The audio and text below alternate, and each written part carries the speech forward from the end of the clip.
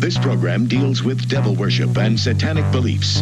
It contains explicit scenes and descriptions of violent crimes and rituals. Americans are asking, who attacked our country?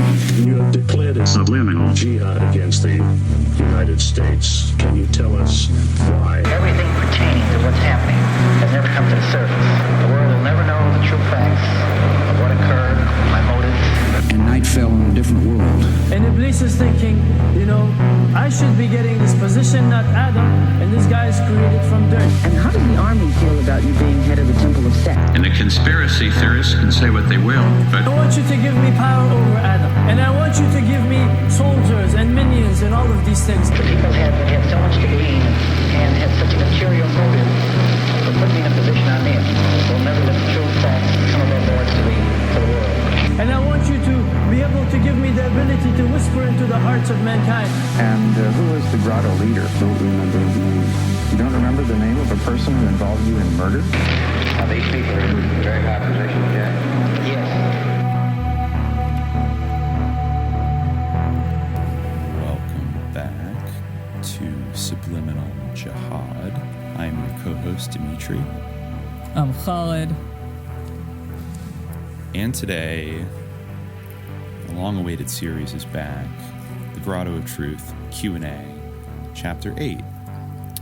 We were just saying that we decided to give it a little bit of birth, after Ramadan. We were kind of, easing up on some of the recordings, and as a result, we, wanted to put a couple more episodes out before we did another Q&A, but I think as a result of that, we ended up getting like 40 questions that we have right now. So we're going to get to all of them, but we might just do 20 or so in this Q&A installment. But, they're coming. They're coming. Yeah, they're coming. And I think, since we did take a break, those next 20 are basically the ones from June anyways. So today we're tackling the ones from May that we didn't get to tackle yet, but some really good ones in here. Got a lot of new people in the Grotto, and for anybody again who's wondering what that is, that's our Discord server for people who sign up on Patreon. So if you sign up on Patreon to the Hour Frequency, you can gain access to the Grotto of Truth and become an acolyte. Very chill space, very cool space, good vibes. It's a no beef zone. It's a no beef zone, absolutely no beef zone, and lots of good conversation, lots of good materials always circulating around, interesting people flowing through the Grotto. So definitely big benefit of subscribing in addition to getting all the extra content, the episodes about reptoids and giants and some other stuff, Soviet parapsychology, etc. Rumi, that was a good one. I'm just remembering all of the me episodes, but there were also some LaRouche, LaRouche, and basically, the way this goes is we try every month. There's a questions sub chat. You can submit a question, and we will eventually get to it. Eventually, we will. Yeah, guaranteed. That's what we're gonna do tonight. Exactly. Well, there's one exception. There's a couple questions that are just are you guys going to do an episode about this? We're going to answer some of those questions, but some of them, if you ask a question like that and we don't answer it, the answer is yes, that we will eventually do an episode about that. So if you're like, what? Yeah, that's the one thing that you might not hear answered, just because as we get, more people in the Grotto, we're getting more questions, so we're trying to keep our pack to answer all of them, but we're answering those particular type of questions by a blanket statement that, we will get to it. If, you asked something are you going to do an episode about XYZ? You might hear us actually address it directly, but if you don't, then just assume the answer is yes. Yes, because we will tell you if we're not going to do an episode on something. Yeah, exactly. I think any kind of refusal. Ask, are you going to do an episode about the Snyder Cut? No, we're not. Are you going to do an episode about, I don't know, the new, are you going to do an episode about Cruella? No, we're not. I don't know, unless there's something really sus about Cruella that I'm not appreciating. We're going to get a bunch of people being you need to address Cruella. Exactly. But anyways, so, let's dive into these questions, shall we? Yes. Okay, I will read the first one, which I've labeled 0 because we almost missed it, but we didn't. Yeah. So, okay. This is from RT, and they write, after the Candy Jones episode, I thought something you guys might want to do an episode on is the Chinese triads. They're not like a normal gang, more like a bunch of secret societies with Rotary Club fronts. They have history going back to the Boxer Rebellion, demonic channeling cults, and even British Freemasonry. Yeah, that does sound interesting, and I'm sure that there is a lot of like interesting stuff there. I mean, you know, in the same way that the mafia, you know, has occult connections and things like that, you know, like Opus Dei and stuff. I would imagine the same is true of sort of criminal or organized criminal groups in other contexts. You know, of course, the Chinese triads do span the actual China and, you know, anywhere where there's Chinese immigrants. So. Exactly. Yeah, I mean, that would be interesting to explore. I don't really know anything about that subject, but I would be interested to learn more about it, or to have someone on who was knowledgeable about it. There was a follow-up question from Sanduz Delicid, who asked, would love to know about possible Bruce Lee triad connection. I guess that's more of a statement, but, you know, it's a interrogative. I would love to. In a way. Yeah. I would love to know more about it too. Yeah. Well, his son also died, like, sort of mysteriously in a very macabre way, while starring in like a very unusual film, The Crow. Oh yeah. Yeah. Right. He was like shot with a gun that was full of blanks. He shot himself in the chest or something with a gun full of blanks.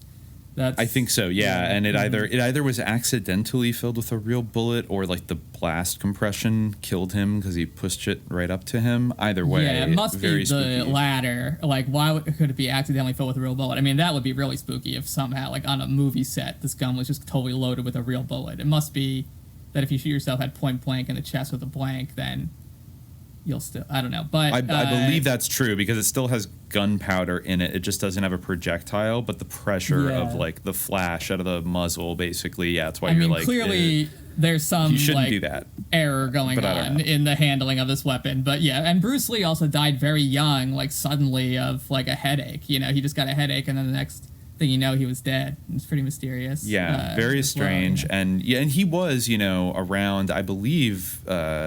You know, I think, you know, he was friends with Sharon Tate, and I think even taught her like kung fu and stuff like that. Like he, you know, he even had, I mean, he has a cameo in Tarantino's movie, right? Yeah, where he gets Once Upon a Time in Hollywood. He gets beaten up by Brad Pitt, right? Because because you know he's Asian, you know, as like a, you know, Hong Kong action star who you know, was beloved by everyone. A Hong Kong martial arts action star. He was, you know, the vanguard of the woke SJW movement that is now sweeping Hollywood and taking Quentin Tarantino's voice away or whatever, and you know, making Once Upon a Time in Hollywood go away. The good old days. I never thought about that as like, this is like a subliminal scene where like the old school American action star beats up like China coming. You never thought about that?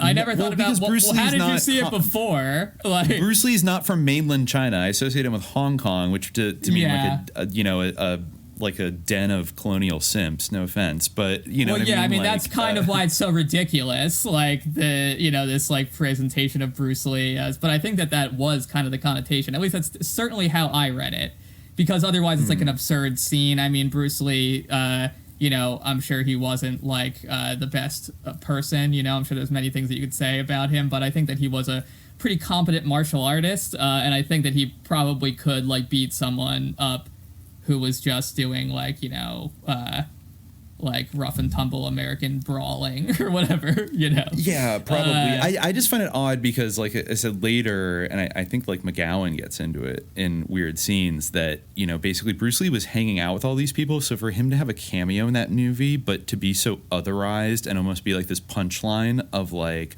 I am Asian fighter, like it really was like that. Like it was like really cringe and bizarre and kind of like just stupid. I mean, you know, we're not gonna, you know, we're not here to cancel Tarantino for every, you know, weird little non-PC thing that he does, but it was so dumb that I kind of can't forgive that.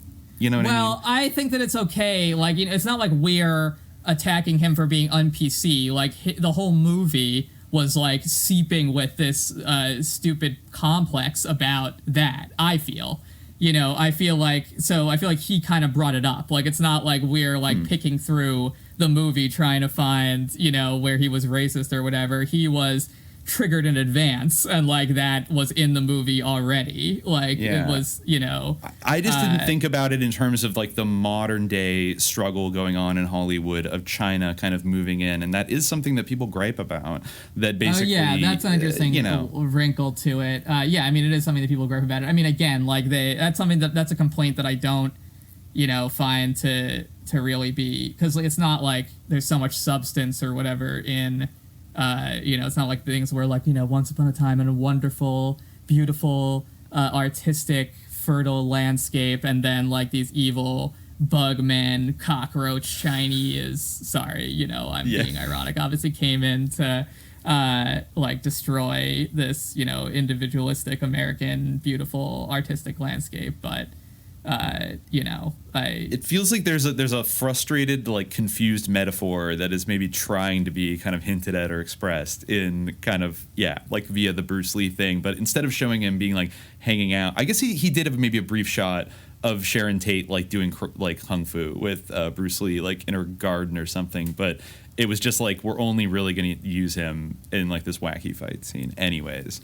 Somewhat once again, we spiraled off into talking shit about this movie, but I mean, it really sucks, and I think that Quentin Tarantino kind of sucks. I'm just saying, and he has like these like baggages and these like weird complexes like around like, needing or like finding it so like cathartic and cool for Brad Pitt to like beat up Bruce Lee and then psyop everyone about the Manson murders. I just feel like, but I think we just don't really know too much about Chinese triads, but that would be a cool episode. It does sound super interesting. I think it's important. I think, even going back to when we kind of circle around, I felt a little bad not emphasizing enough when we were doing our History of the Great American Fortunes episode, like the centrality of John Jacob Astor's role in the opium trade to China, among many other things. But, and then, systematically drugging, basically, I know this is alcophobic, but, drugging the Native Americans and swindling out of their furs. It's kind of like, using drugs as a weapon to attack a population that you want to exploit and get one over on.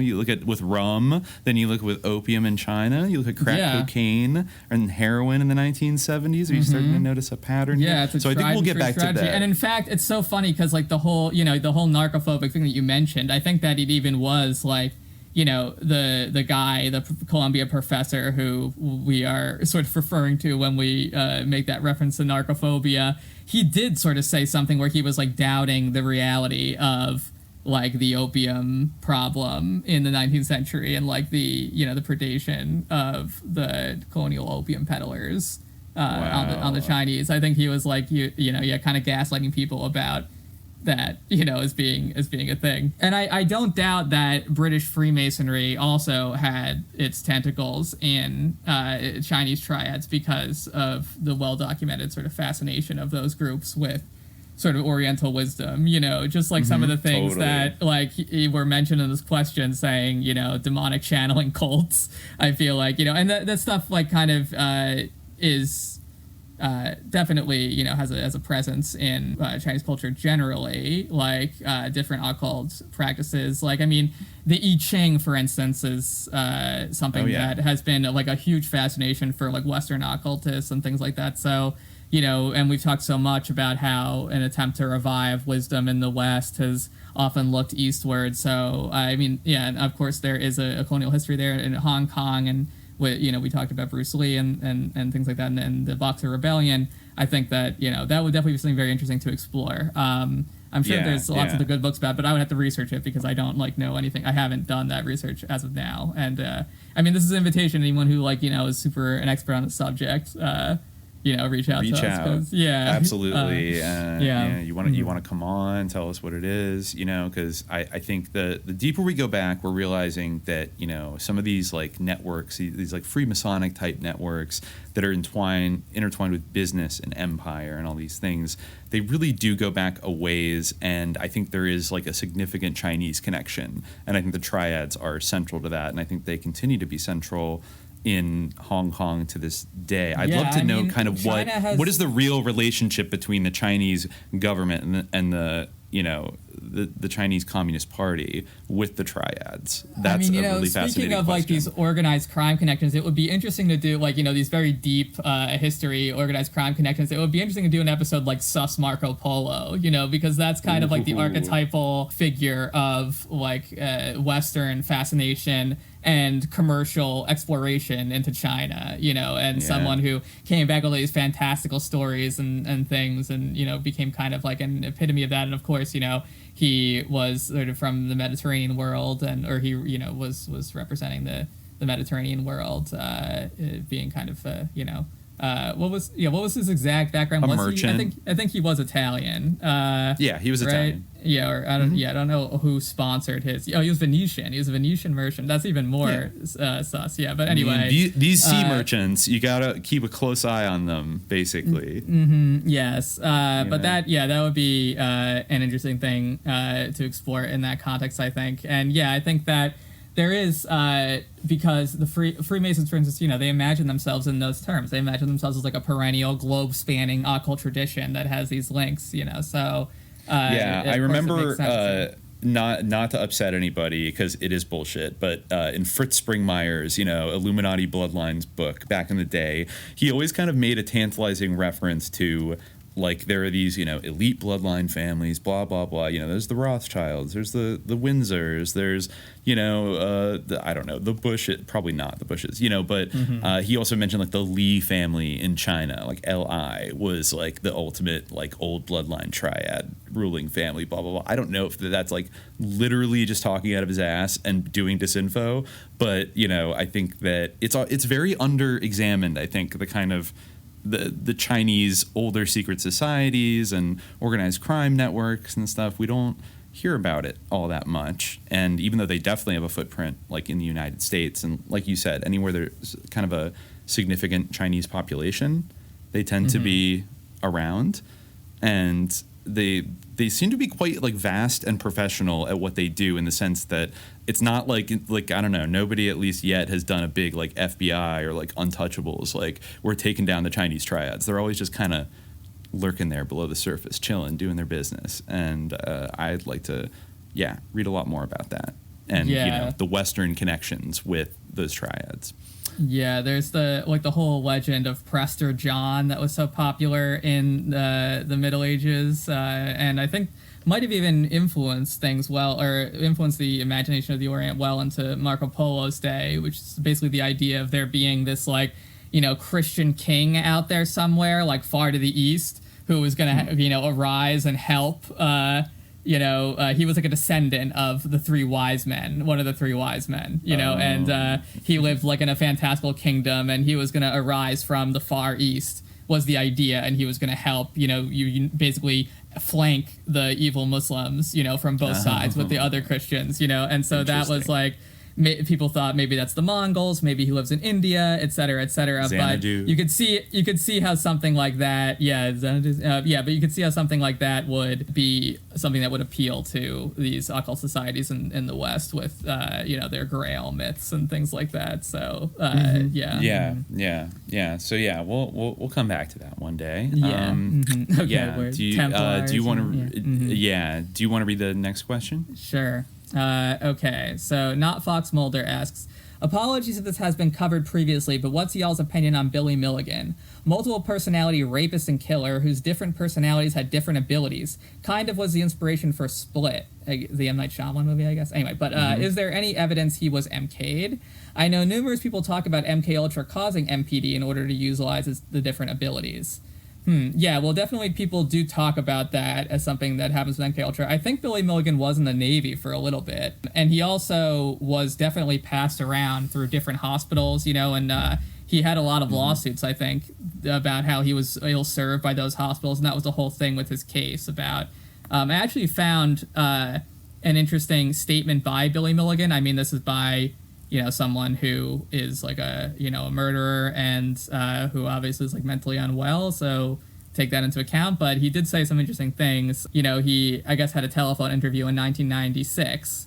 And he said, I just did a thing for the Japanese, and I read something and I can't remember, but I probably ordered one of my guides to put it on the net.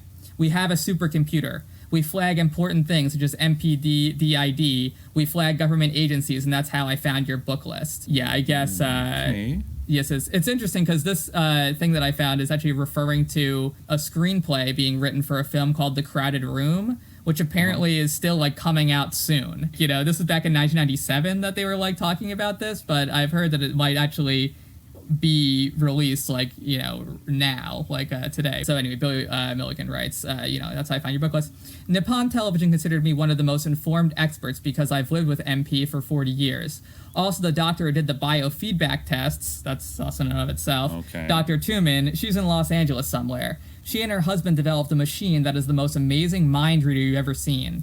Basically, I've been approached, but I don't do talk shows. I've been asked to be on Donahue and everything else. My books are Minds of Billy Milligan and The Milligan Wars. I mean, he didn't really write those books, but, you know, they're about him. This was published in Japan. Both sold 30 million copies each. This was 20 years ago for me. I see this crap come on TV all the time. These doctors are making it happen or creating these people. I'm not saying I was anything special, but there's millions less people than we are told. There's probably 200 or 300 in the whole U.S. I see these people switch back and forth on TV like there's nothing to it, and that just isn't possible. Why would anyone want to go on TV and lose control? I've read all these books and doctors saying they're treating hundreds of MP cases and they're making them, in all caps, making them, because they don't have anything else to do with their time. And you know psychiatrists have the highest suicide rate among professionals. Imagine yourself standing in front of a sink, you're getting a glass of water, and the whole world around you instantly changes, and now you're in a park acting like you're getting a glass of water, out of thin air, and you just lost that time. That's what it's really like. And basically to me, I'm sick and tired of the phonies, the freak shows and the phonies, because what they're doing is not only damaging the people that they're making roleplay these games, they're damaging the people who are desperate for help. That is what I will go on. That's what I told the Japanese. 30 million people watch Sunday Plus 30, and I've been getting an enormous response. I haven't published the Milligan Wars in the U.S. because I'm being sued over the information that is in it. The state of Ohio Department of Mental Health makes too much money over MP. I've caught them, graphed everything. They're taking DID patients and give them shock treatment and everything and get paid for that.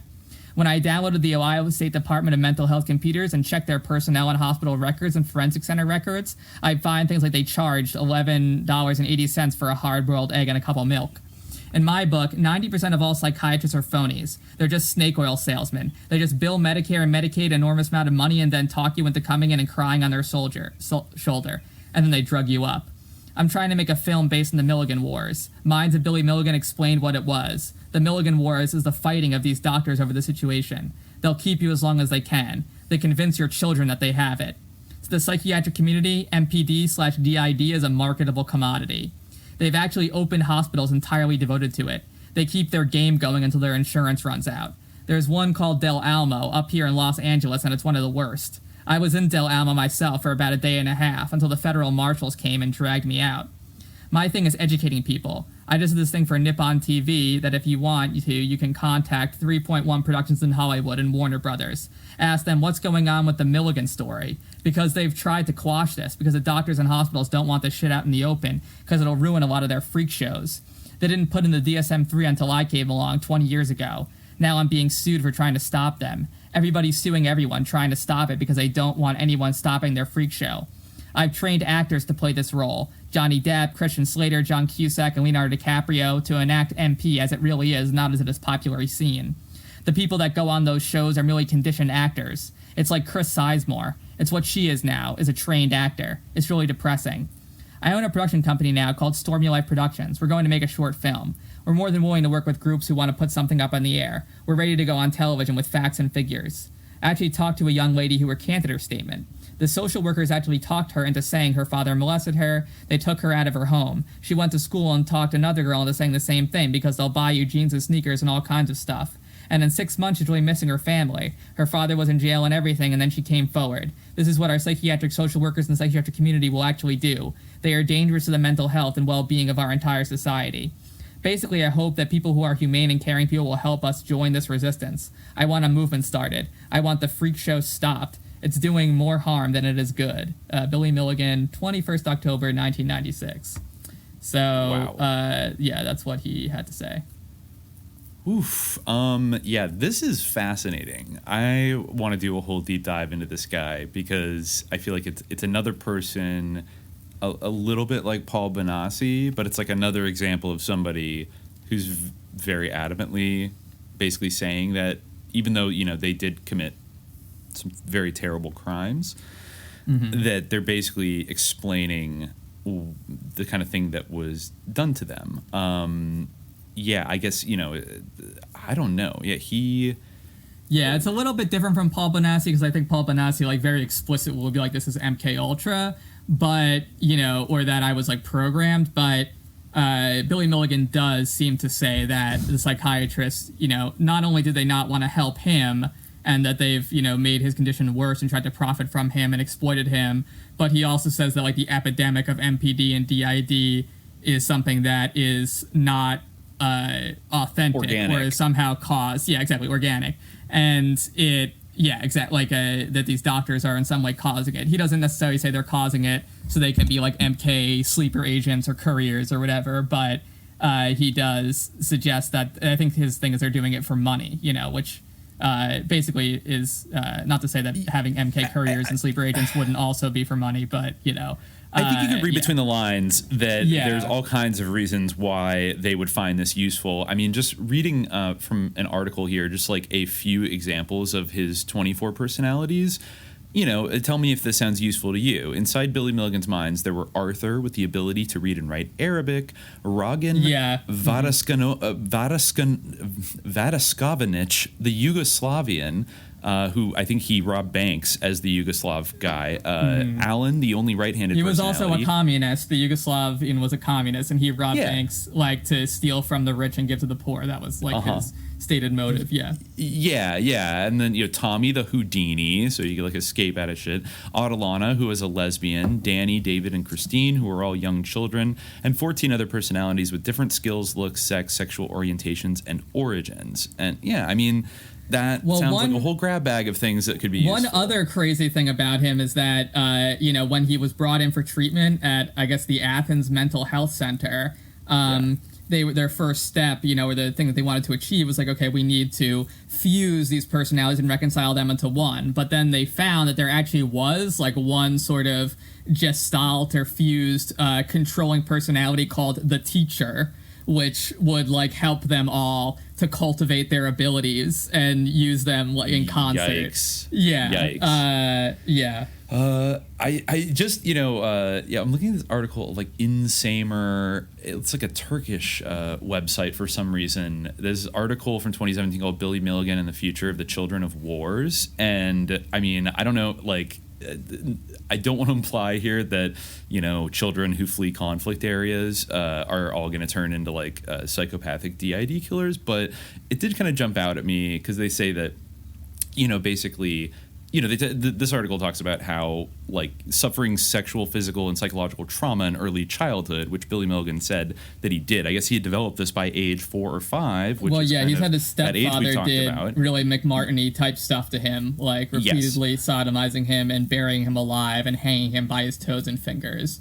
He was never charged because he denied it. Yeah, Jesus, that's the kind of thing that would create DID. But this article says, many DID sufferers are reported to have severe psychological, physical, and sexual abuse, especially in their childhoods. Earlier, they may have suffered from post-traumatic stress disorder, like nightmares, flashbacks, and amnesia, and startle responses.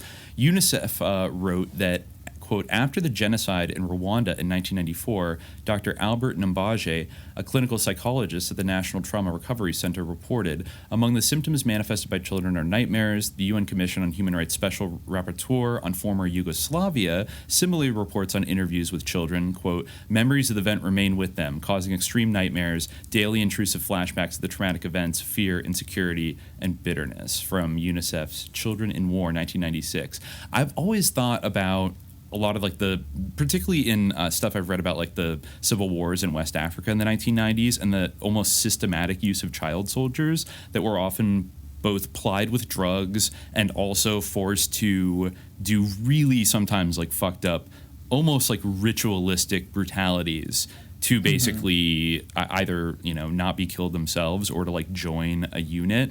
Oftentimes they'd, like, give an 8-year-old a gun and be like, kill your own family or something like that.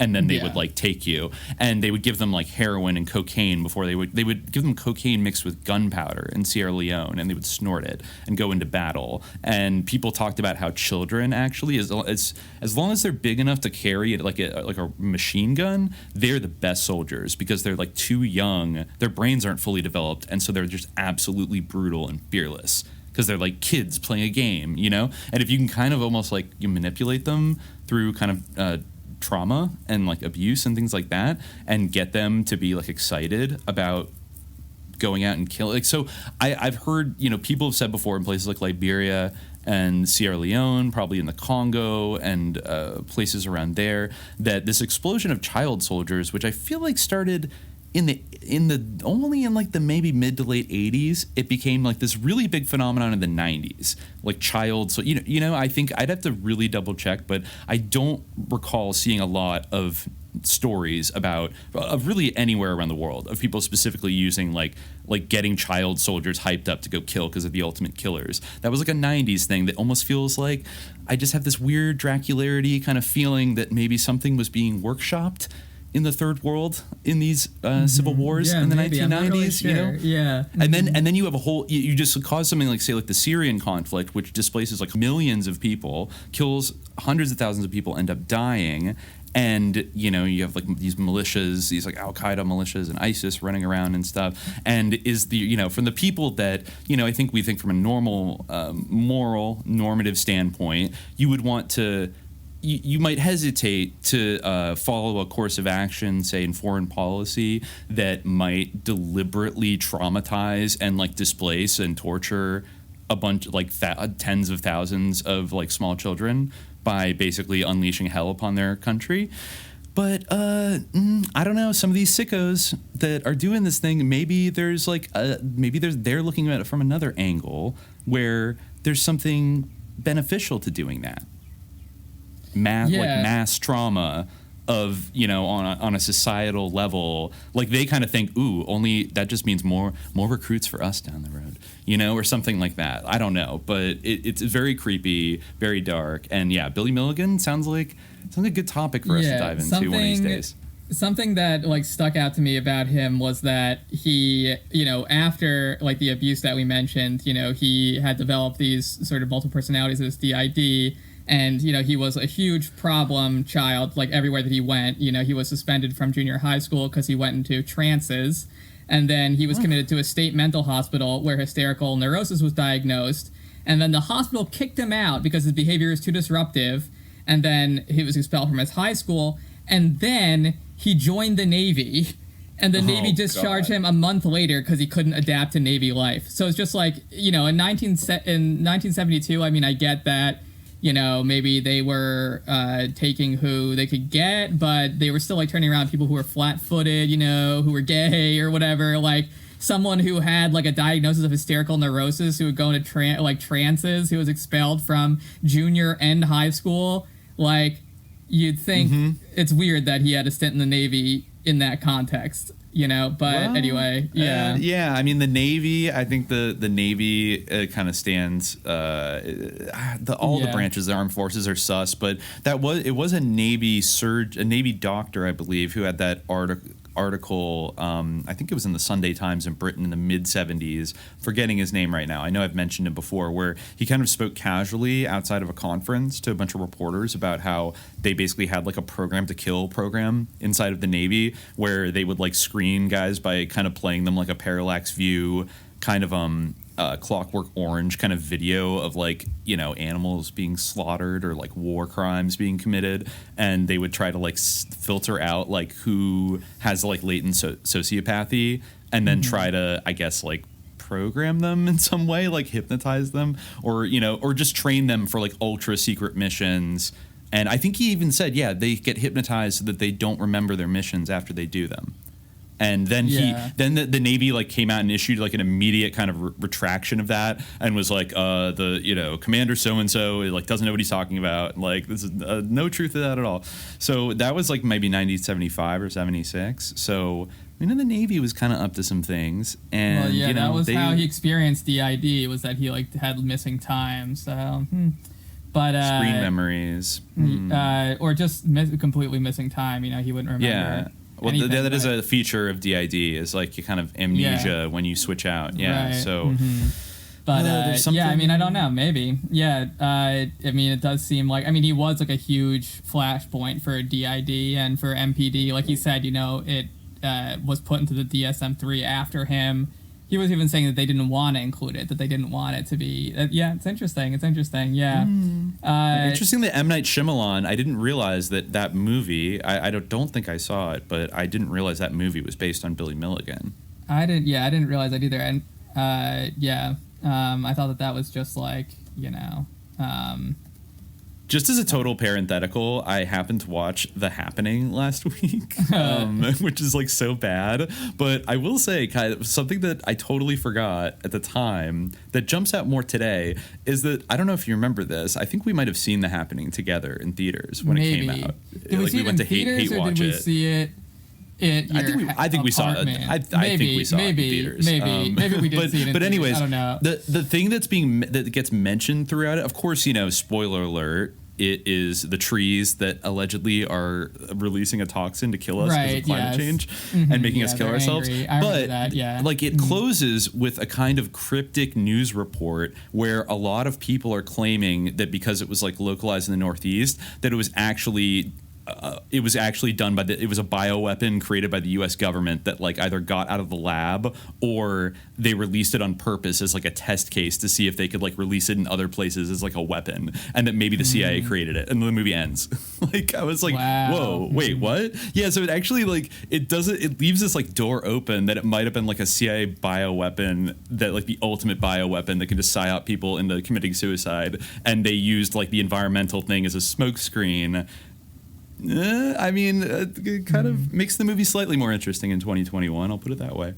But so I don't know what the deal with M. Night is. M. Night also believer in the devil. If you've seen the movie Devil, that. The movie Devil, it's great. Is he a believer in the devil? I remember.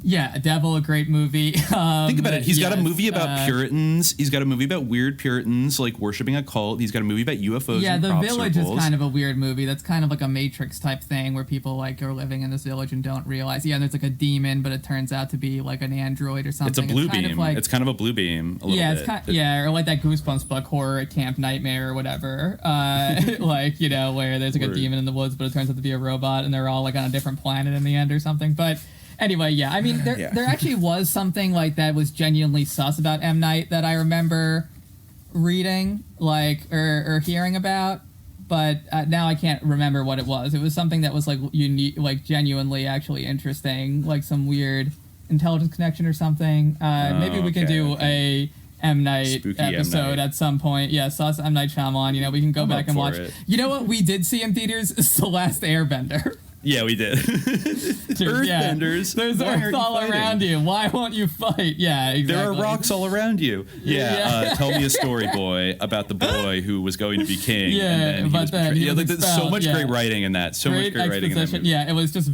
amazing writing. Like, I still remember it. It was memorable. Rendered. Yeah, it was memorable. I'll never forget Earthbenders is earth all around you. Why won't you fight? They were dumb. Those Earthbenders were dumb. But then their Earth powers were not. They didn't seem very significant. Like they didn't seem that like when they actually activated them, it seemed like it took a lot of effort to move like a very trivial amount of Earth.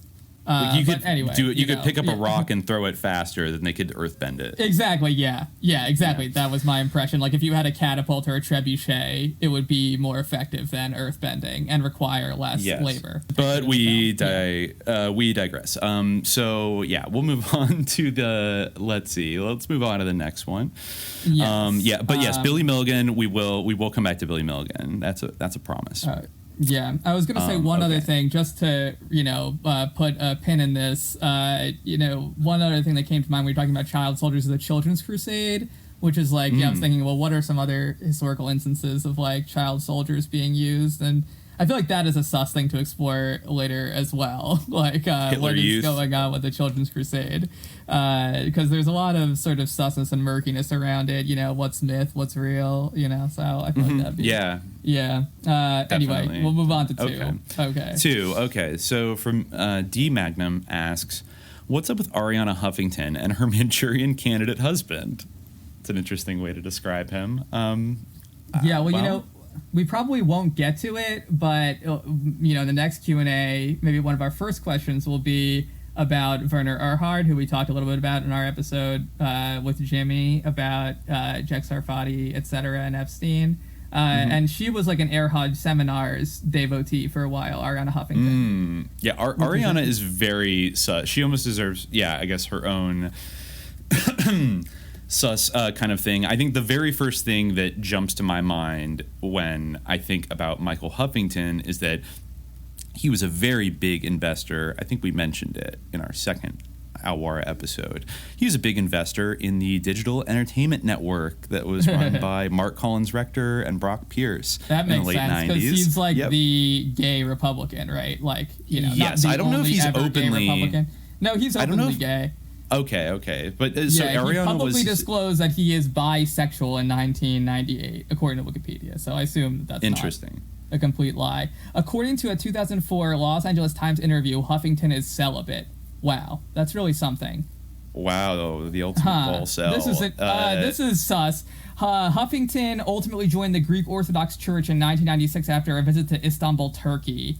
Wow, that's pretty sus to go to Turkey and then like come back Greek Orthodox. Like that's a little bit like Crusader mindset. But anyway, there's a lot with he actually comes from Texas, so this guy's got a kind of interesting trajectory. It's weird that he's convertodox, a gay convertodox man. Yes, and of course Ariana ne Stasinopoulou was Greek, and so I'm sure that's how he got kind of turned onto it. Byzantine, Constantinople, Deus Vult. Yes, but actually, I would be curious to see if he pops up on any of Mark Lombardi's interlock charts, because Michael Huffington was born in Dallas, Texas. It was the son of Roy Michael Huffington, the founder of the natural gas exploration company Roy M. Huffington Inc., or also known as Huffco. He went to Culver Military Academy in Culver, Indiana. So, some sus vibes potentially there, abusive military academies. Then he in 1970 he got a BS degree in engineering and a BA in economics concurrently from Stanford University. He was a member of the varsity crew, student senator, and co-president of a senior class. Then he got an MBA in finance from Harvard University, and I guess most of his wealth is from a merchant bank he started, and also his share of the family's Houston oil, gas, and real estate firm that was sold to Taiwan interests in 1990. And his father, Roy M. Huffington, made a fortune through natural gas interests in Indonesia starting in 1966, the year after the U.S.-backed coup, where I think somewhere between 500,000 and 1 million communists were systematically basically genocided with enthusiastic U.S. support. So that's where he made, that opened up some good markets for Michael Huffington's dad. But wait a minute. Where did his interest in politics begin, Khalid? I guess it began in 1968 when he was a summer intern in Washington, D.C. for freshman Congressman George H.W. Bush. Wow.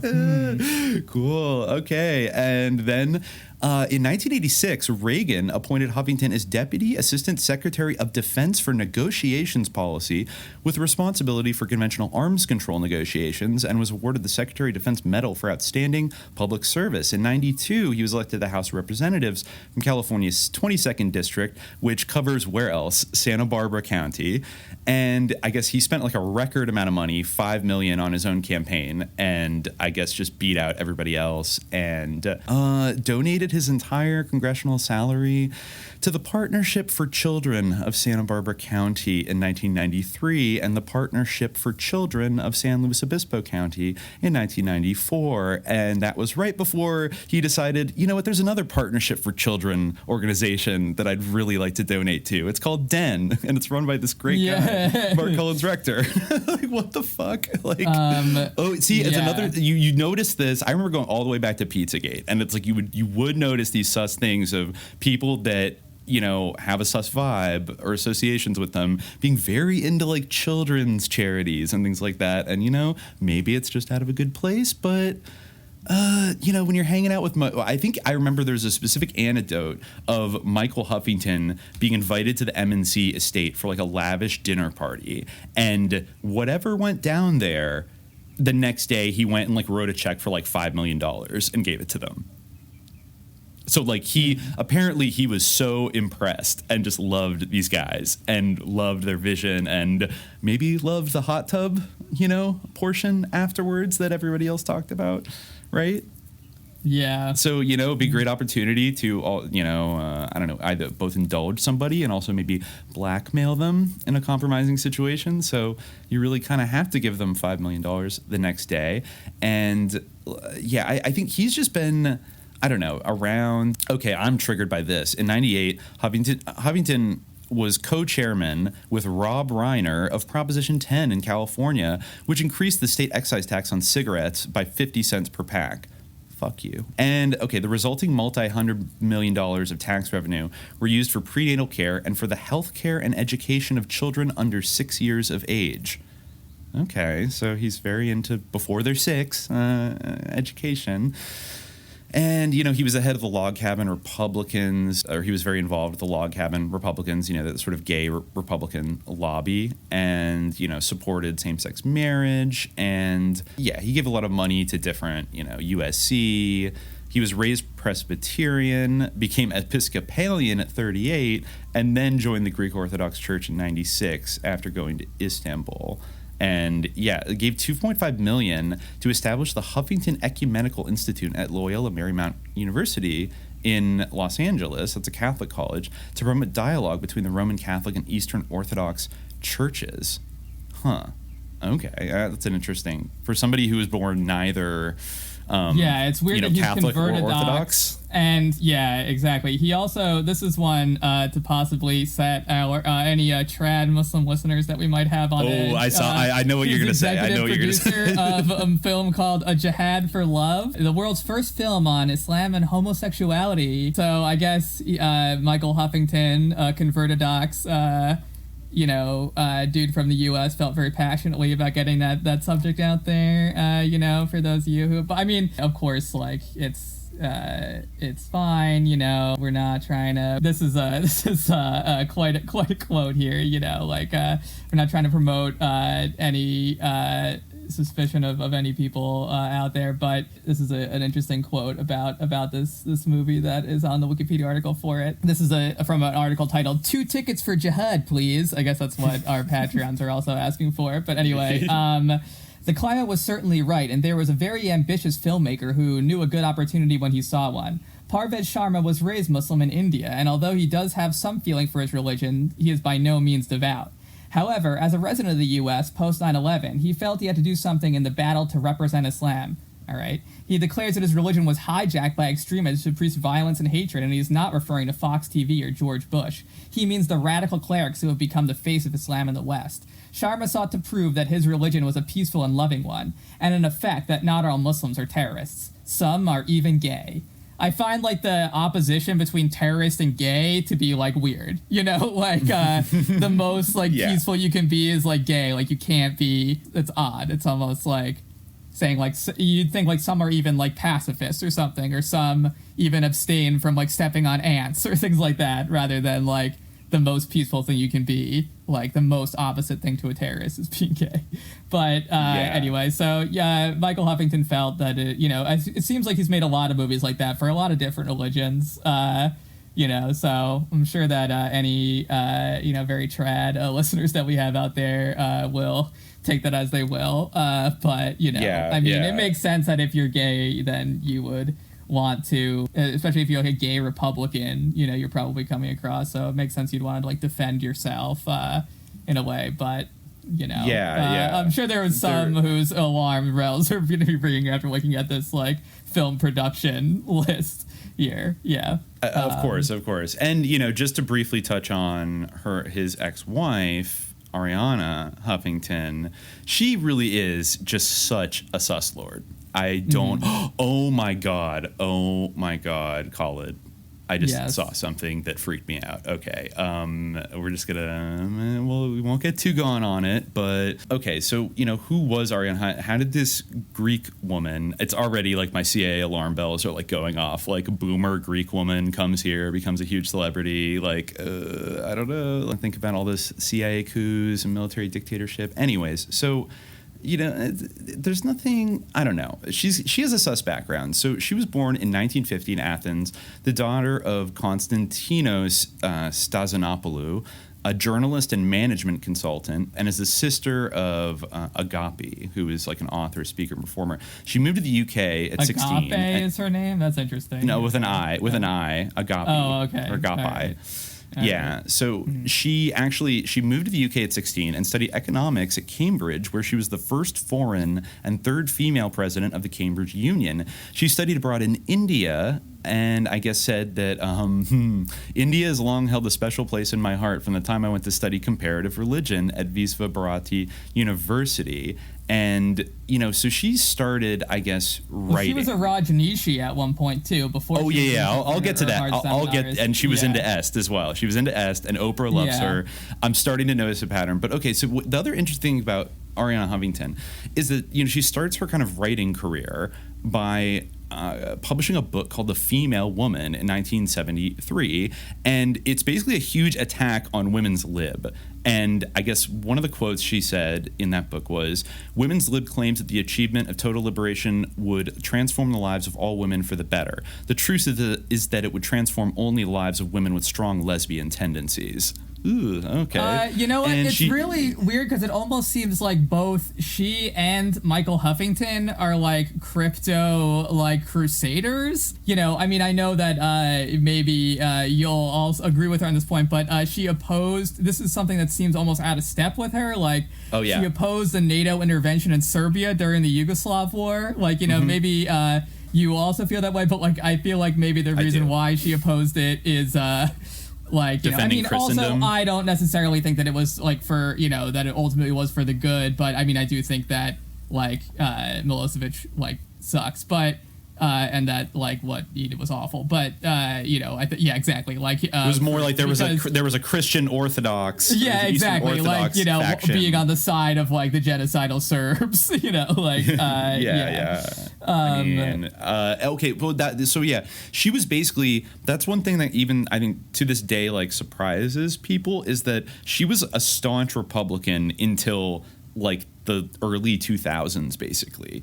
And then she just flipped on a dime and was like, I'm a liberal. And then everyone just accepted her as like a liberal. It was very, I guess it was a similar thing today where some evil, disgusting neocon like decides they're going to say something mean about Trump, like Liz Cheney, and then liberals just like trip over their dicks, like praising how amazing and brave she is. But like Huffington at least like made the real switch to like, I'm going to actually advocate quote unquote liberal shit now, and was, you know, regular on The Daily Show and everything. But, you know, she wrote for the National Review throughout the 80s and wrote a Pablo Picasso biography. And, you know, that she married, I think she married Michael Huffington at some point in the 80s. She was kind of all over media. You know, I guess she had a reputation as a kind of Republican Spice Girl, an endearingly ditzy right-wing gal about town who was a guilty pleasure for people who know better. That was from a 1998 profile in the New Yorker. And then, you know, she kind of like started being more of like, I'm above the two parties. You know, she sidestepped the traditional party divide, saying the right-left divisions are so outdated now. For me, the primary division is between people who are aware of what I call the two nations, rich and poor, and those who are not. Okay. And, oh, wow, I forgot about this, but during 2003, she founded this thing called the Detroit Project, which is trying to get auto manufacturers to start making alternative fuel cars. But they ran this infamous series of ads in 2003, which equated driving SUVs to funding terrorism, and was very controversial. You could almost say backfired. But then, she made a big, brave move and endorsed Skull and Bonesman John Forbes Carey in 2004 on The Daily Show.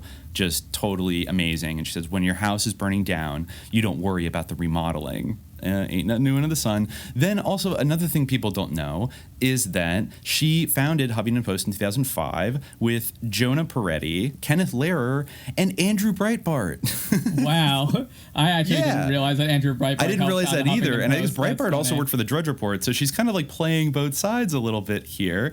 And okay, but here is, then she was, I think then she made the HuffPo, which is still around today, is like a shitty clickbait outlet. And, I remember though that was like, it was a big deal in like the 2000s, kind of the early 2010s. Yeah. HuffPo was like a place I used to go to. And then it got so, I think the Obama era, it just got so like. Well, yeah, I think that like it just got flooded with just like people who would just like write for that for free or something, like just the dumbest articles, and it stopped being more of an aggregator, or it just dropped off the radar. I don't know. But yeah. I mean, it really got replaced by stuff like Twitter, where you just see all these articles coming through your feed, It's, Yeah. But okay, here, and also it's worth saying that she's also now, she, I guess, partnered with like AOL and all this shit, but then, and she still pops up all these, she was also a writer for Bill Maher on Politically Incorrect in the late 90s, so that explains why she would come on a show all the time, and she's actually ended up today on the board of Uber. Like she's on the board of Uber for some reason. So I guess, she stopped kind of working at the Huffington Post in 2016 to become the founder and CEO of something called Thrive Global. Now, do you remember Thrive from a number of episodes back? I think our last episode about QAnon, we were talking about Foster Gamble, who's a descendant of the Procter and Gamble fortune, is always running around with this movie called Thrive that has been boosted by all kinds of people in like the alt kind of, mediaverse, from like, I think Joe Rogan to, I don't know, maybe like Democracy Now! And, Natural News. Are they and all related? These other ones. Well, I don't know if they're, I can't tell. It weirdly says on their Wikipedia, which is there, that Thrive Global has been blacklisted by Wikipedia. I don't know, then why do they have one? Not exactly sure. But yeah, I mean, Arianna Huffington like goes down the list of like, she's, really tight with Oprah. She's all about this like new agey shit. I guess Thrive Global is one of these almost her early, sorry. Like new agey corporate kind of a changing images of man kind of thing of like corporations are going to become the woke progressive transformers like of the future and blah blah blah. Yeah, we're going to teach Uber how to be humane. Right. That is interesting. I mean, her early bibliography is super interesting too. Like she wrote a book after The Female Woman, which you mentioned. She wrote a book called After Reason, which is basically about like the decline of Western civilization due to like our lapsing spirituality. She wrote a book about Maria Callas, I guess, who was a Greek soprano who mostly known for her Wagner, who her family might have been Nazi collaborators. She was very popular in occupied Greece, but again, she was kind of like, they were under occupation, so it's a bit murky, but it's an interesting fascination. Then she wrote a book in 1993 just called The Gods of Greece, which is very weird. It's weird that she wrote like a book about like the Greek gods. Like, is that so necessary? Like, just very weird. It's interesting. I almost feel like, with her switch, like, from being Republican to Democrat and, like, Michael Huffington's whole career, they're almost, like, kind of, like, Michael Huffington is, like, pink-washing embodied. He's, like, we need to, or, like, the embodiment of, like, homo nationalism. Or, like, maybe that's Pete Buttigieg, but he seems, like, almost like a proto-Pete Buttigieg, where he's, like, I need to, like, help all these different like religions or whatever, or like I need to stop terrorism by teaching by helping Muslims to be gay or whatever. It's just like his way of waging the war on terror. These people be sus, and just reading the first sentence of her group Thrive Global on Wikipedia, that isn't actually blacklisted. It just says Thrive Global is an American company that provides behavior change technology. Weird. Cool. And then on the website, thing. If you go to the About on thriveglobal.com, the big kind of inspirational Behavior stock change photo platform. title it says "We're on a mission to unlock human potential." Cool. Human potential. Yeah. Sound familiar? A truly human company, we're committed to caring deeply for our people and helping them to be successful both professionally and personally. This means helping our people practice self-care, which is important every day, but especially now. Offering tools like Thriving Mind to support our people's brain health is one of our top priorities. Ellen Shook, Chief Leadership and Human Resources Officer of Accenture. Okay. Guess what? Yeah, just in 2019, Procter & Gamble announces innovative partnership with Thrive Global to foster positive habits. Oh yeah, they're all in bed together. They're all in bed together. These Why people we should are all sick. aspire to the monk mindset. The Greek Orthodox monk mindset? Jesus, I don't even know. But she is suspicious. She guarantees she's like been all up in Esalen for years and years. Yeah, I mean Werner Erhard. He is, like a big Esalen figure for a while before he kind of fell out. But it's interesting that she and like into the Rajneeshis, which is really something, she was. She really was, and then was affiliated with John Roger Hinkin's movement of spiritual inner awareness, which What's that all about? Let's see, movement for inner spiritual awareness, founded in California in 1968 in Los Angeles by John Roger, former Roger Delano Hinkins. Siren alert. I don't know. Like, you got a Delano in the house. They taught an active meditation technique known as spiritual exercises, or SEs.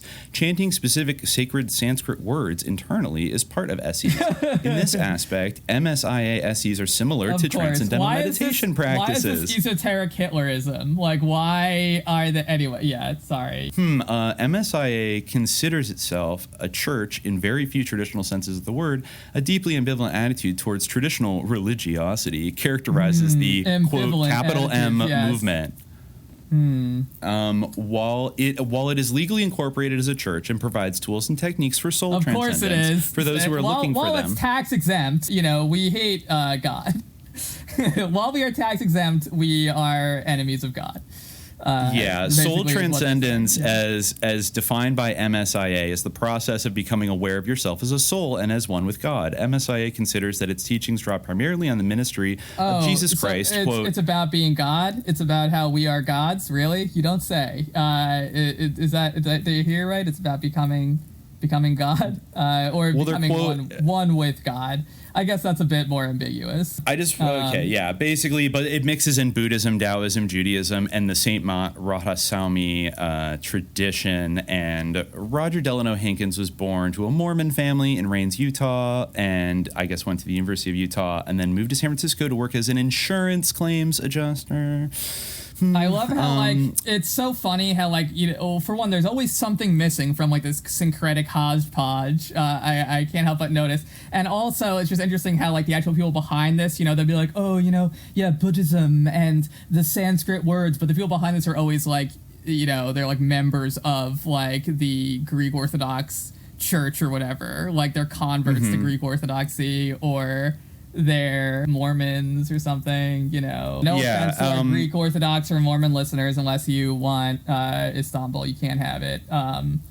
This also might provide some context because in the early 1960s, Hinkins took a correspondence course with the ancient mystical order Rosicrucis and occasionally attended the Agasha Temple of Wisdom. And then in late 1963, he underwent a kidney stone surgery, which led to a 9-day coma and near-death experience. Shortly after this, Hinkins visited 2 trance channelers and claimed to have encountered a higher consciousness named John within himself and began referring to himself as John Roger. That's a lot. That's a lot. Who is this guy again? What is his role in Thrive? Oh, he's the what's his office at Thrive? Or he's part of the movement. He founded the movement of spiritual inner awareness. Right, yeah, sorry. I'm still on the Thrive Global page myself, going through the backlog of what I've learned with Ariana Huffington, which is her podcast about, all these different Very cool. Ways to be so sus. The most popular person to be associated with MSIA was Ariana Huffington, but this is interesting. Other notable members are the Beach Boys' Carl Wilson, and his cousin Mike Love in the Beach Boys was a huge devotee of TM. They even did like a song about it. Mm-hmm. And I guess Jamie King, the model actress Sally Kirkland. I guess Beach Boys' Carl Wilson was the biggest one. Sounds like sus kind of Hollywood. You got your Christian Scientists, you got your, Scientologists. Now you have your MSIA people who I guess are like crypto Rosicrucians or something. Who the hell knows? But Ariana Huffington just loves it all. It's great. It's wonderful. And yeah, they're sus. It's amazing how this guy was accused in the 80s and early 1990s by several former members, that is, John Roger Hinkins. He was accused of high-tech charlatanism, the sexual coercion of young male staffers, brainwashing and intimidation, and plagiarism. Okay. Par for the course.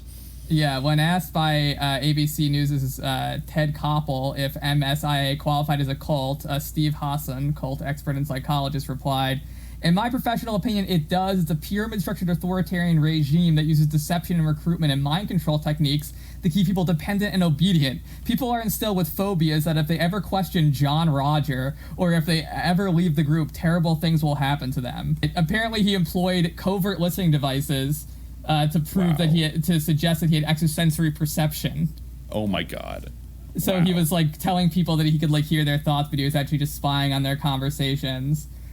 Damn, okay, this is crazy. According to Susan Whitmore, MSIA defectors hesitated to challenge Hinkins publicly even after leaving the movement because we were made to be afraid. She claims that Hinkins would declare that people who questioned him had placed themselves under the Cal, a devil-like spirit, power, and its field of negativity, known as the Red Monk, and would essentially be warning that members who associated with defectors risked spiritual disaster. That's typical. Whitmore alleges one woman was told she had a miscarriage because she hugged one of the defectors.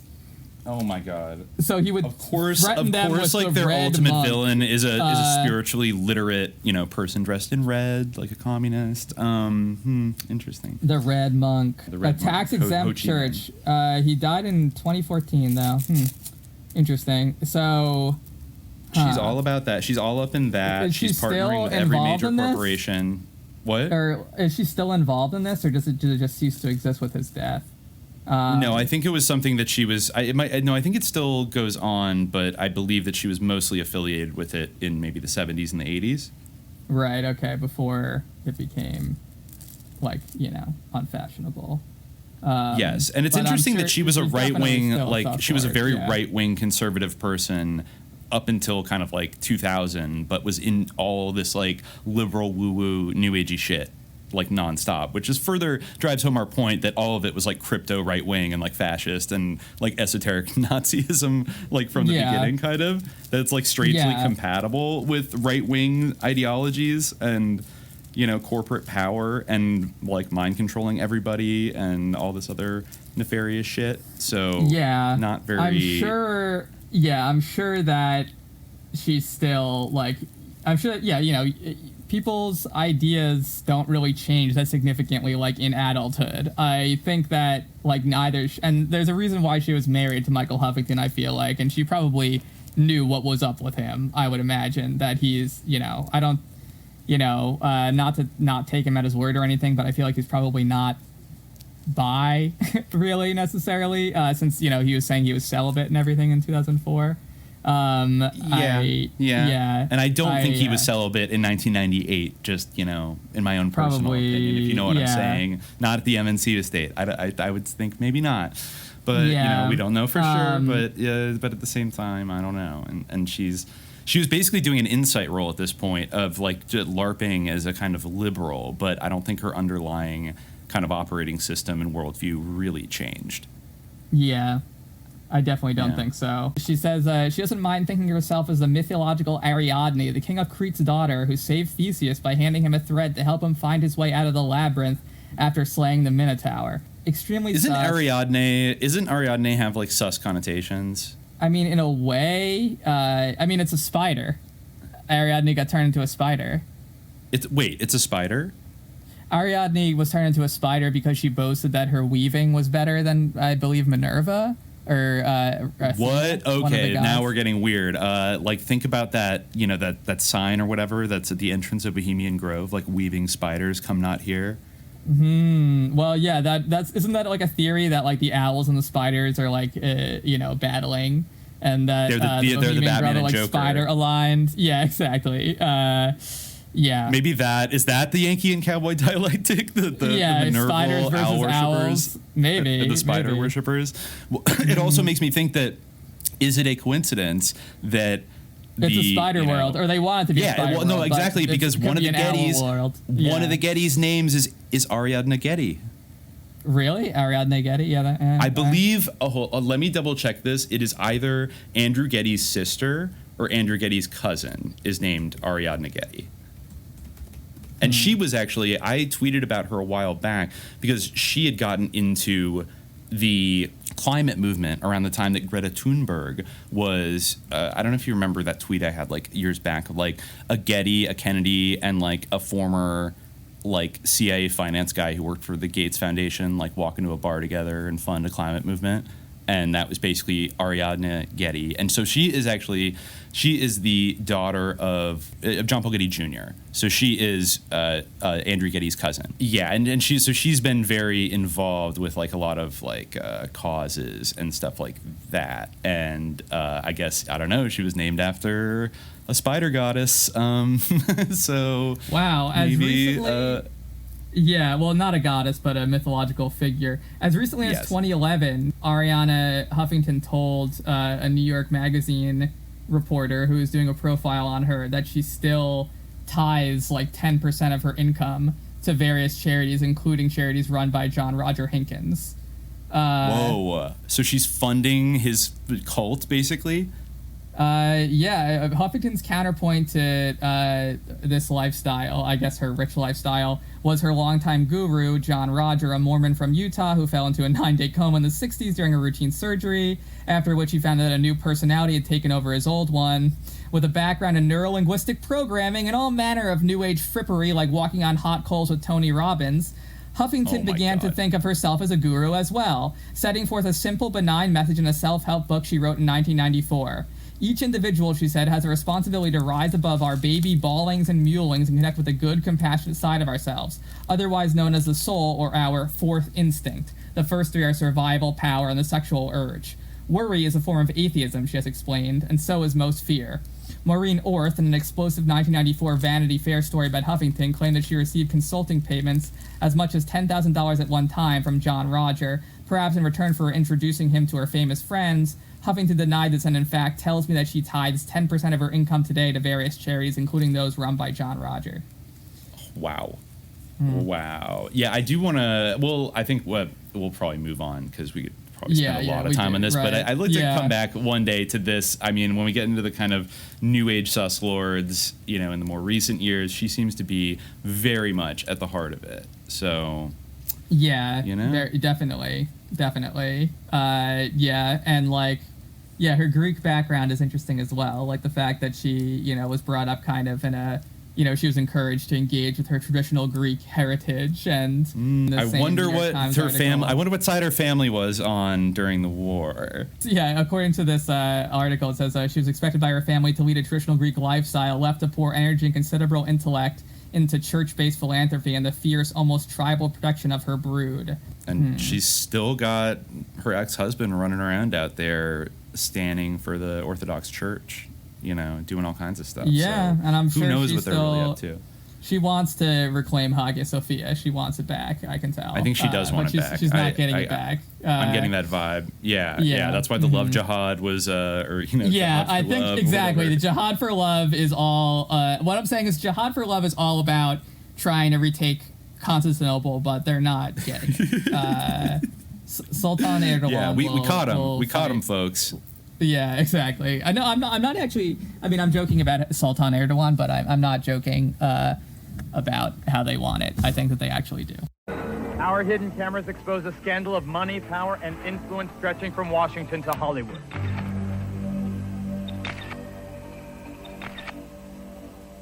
The Army, the Navy, and the Social Security Administration have been recruited by a bizarre New Age group that's also signed up Lockheed and McDonnell Douglas and drafted a legion of movie stars. I'm an ordained minister in a non-denominational church called the Movement of Spiritual Inner Awareness.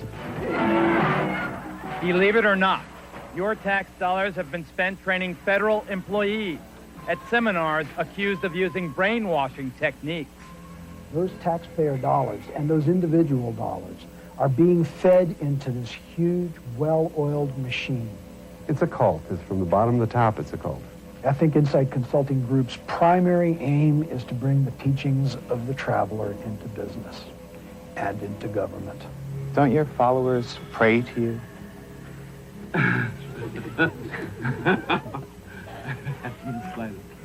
Today, we infiltrate the so-called Cadillac of cults. You've been described as a guru who claims to be the equal of Jesus Christ. Excuse me, take your hands off my camera. Take me to your leader.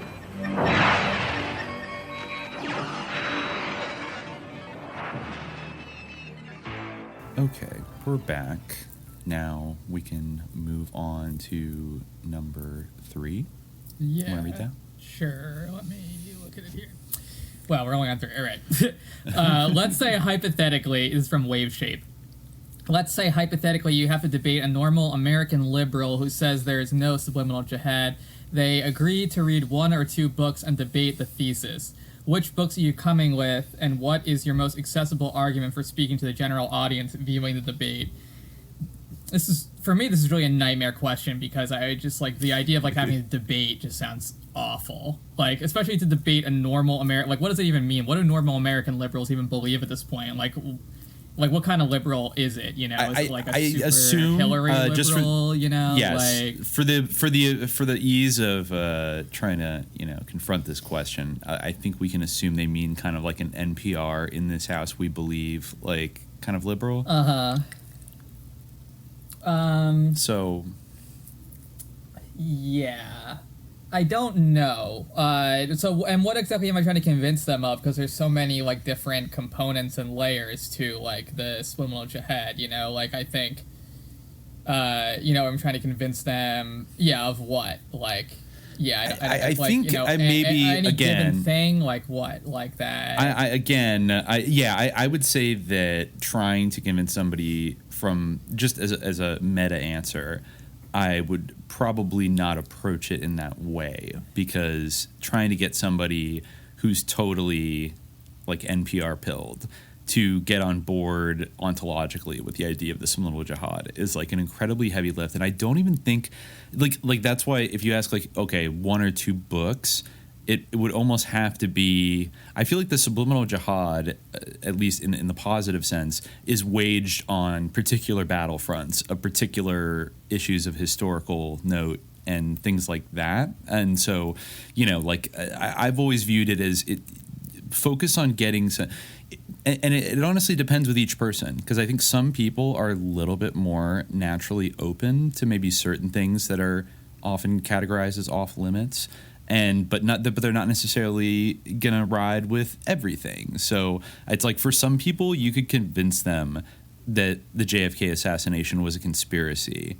But then if you want to tell them that like the ruling class has a secret religion that is basically satanic or something like that, they're gonna be like, whoa, hold on. So whereas if you're talking to a religious person, I might actually lead with that because I know that they are ontologically more amenable to grasping that concept, and they have it fits somewhere into their worldview that I can kind of synergize with. It requires and try to be like bringing up Aquino to like a right wing evangelical. I mean, I guess it's not a liberal. So this is really about liberals. Okay, so but how do you? Because you could kind. I feel like JFK is low hanging fruit a little bit. Well, that's the thing. Like, it's different from being like, I think like, in terms of trying to convince someone that JFK was assassinated by the CIA or something. I think like Oglesby book does a decent job. The Cowboy Yankee War does a decent enough job of doing that. And I think there's myriad books that you could raise. And I almost feel like that's not really. One book that comes to mind is Restating Orientalism by Halak, because I think that well, that book is like very sweeping. You know, the subtitle of that book is A Critique of Modern Knowledge.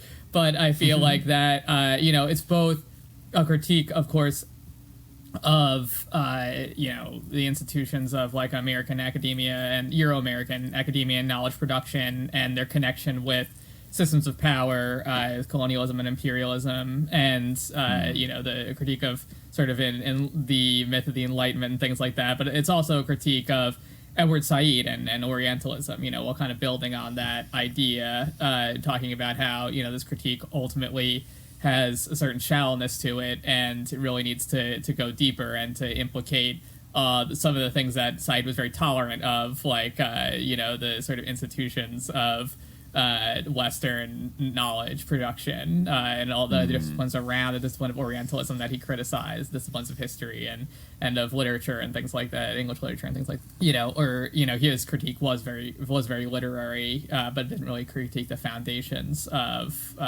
you know, the sort of valorization of the literary or of English literature. In fact, it kind of replicated it or rehearsed it. And I think that's something that might be accessible because it's kind of, in certain ways, abstract, but also I think that there's a very strong materialistic portions of that book and it's a topic that people are familiar with.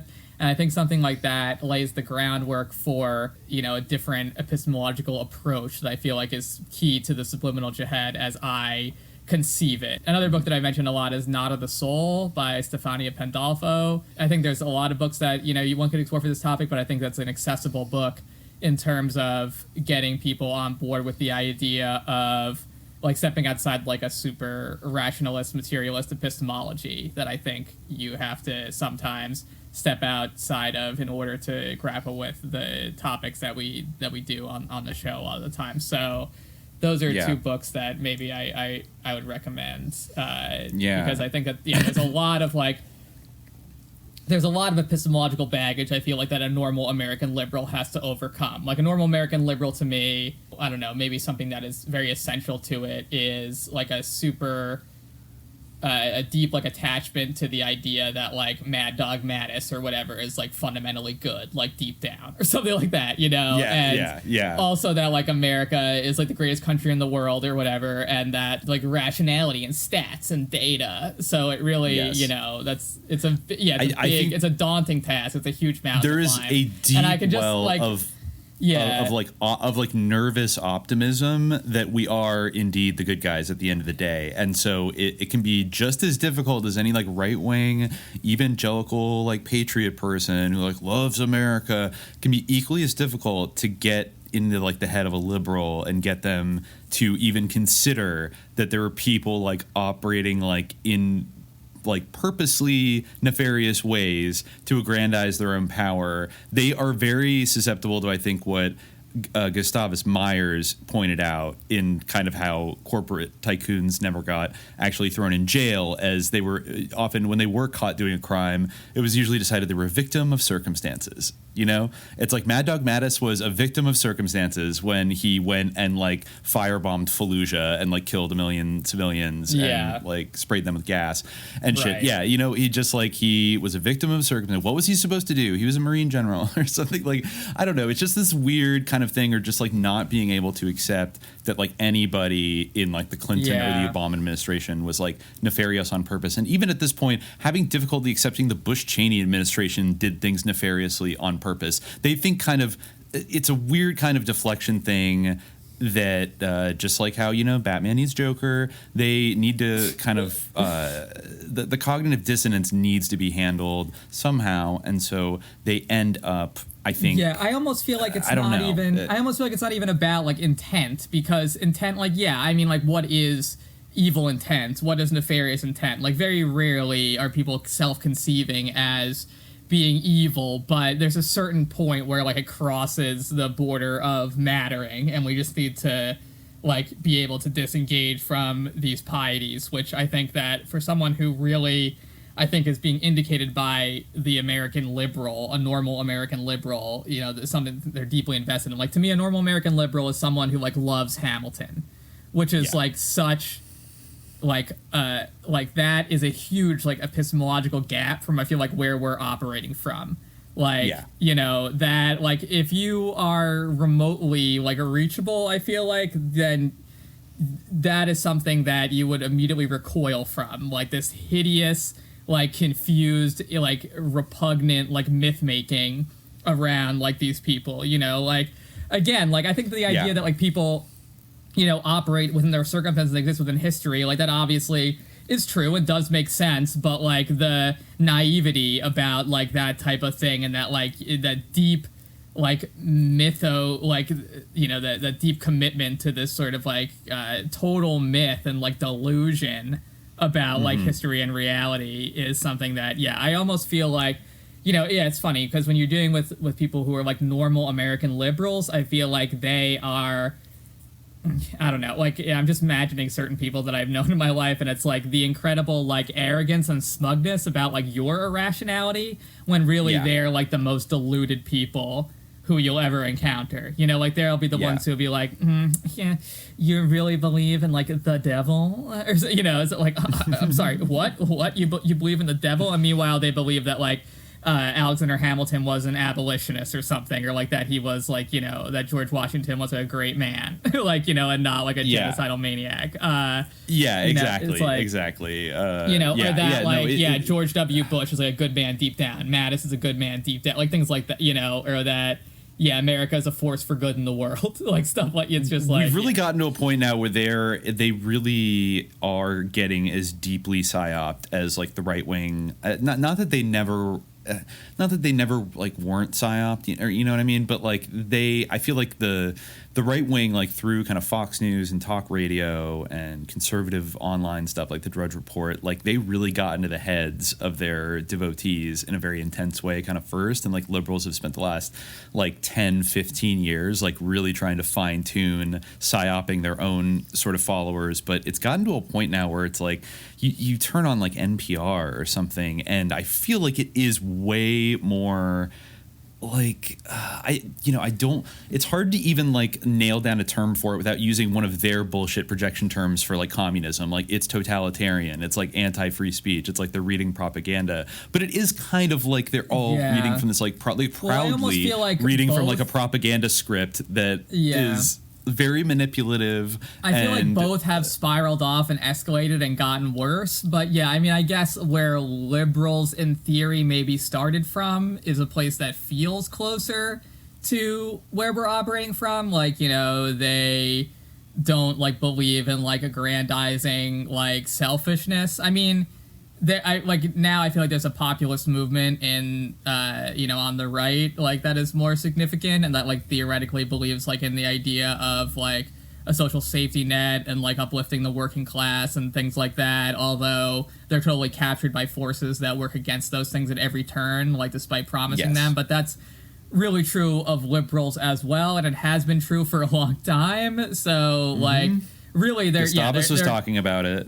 Yeah, it's really like but I guess like for a while there wasn't really so much of that on the right, like that had a significant more political force. But now they do have like a completely like, you know, a populist rhetorical movement that mostly is toothless and only going to achieve like, you know, a bunch of kickbacks for the, you know, most depraved like wealthy people like under false pretenses. Like now it's really hard to make a true meaningful distinction with liberals, and like that is something that I think, like, I'm imagining this American liberal now, like that's like appalling to suggest, but it's really true. Like, you know, you could say like, oh, you know, Trump was so awful, you know, like I'm thinking about the thing like that most appalled me about Trump, you know, was the things that most appalled me about Trump's presidency was, of course, like Israel-Palestine stuff, you know, the border, things like that. But, like, now we have Joe Biden. Like, is anything better?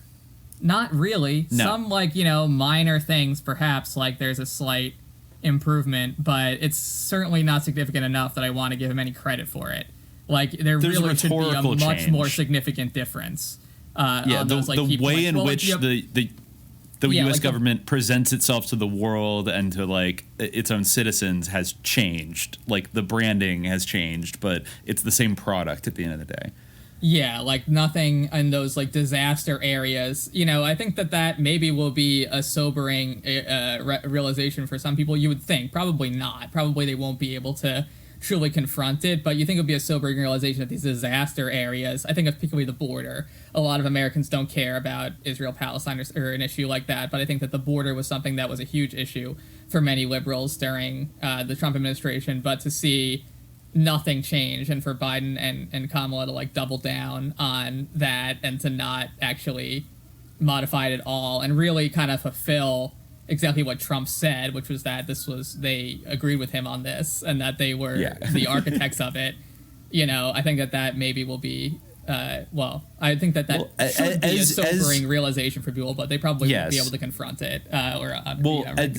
Going back to directly answering this question, even though it's hard to pick something that I feel, this would be a silver bullet, but I would be tempted to offer the history of the great American fortunes, even though it is a little older and everything, because doesn't Gustavus Myers say in that oftentimes a quote-unquote reformist political party or politician can do much more kind of nefarious damage than an openly corrupt like political Tammany Hall machine, because nobody's like looking out for them to be corrupt. Like the people don't have their eyes on them. And I think that was like, you kind of could apply that to like Trump and Biden and all this kind of stuff of like, you know, basically Trump, even though, like he had all these scandals swirling around him, like he couldn't take a shit without people calling for his impeachment, basically, for like 4 years.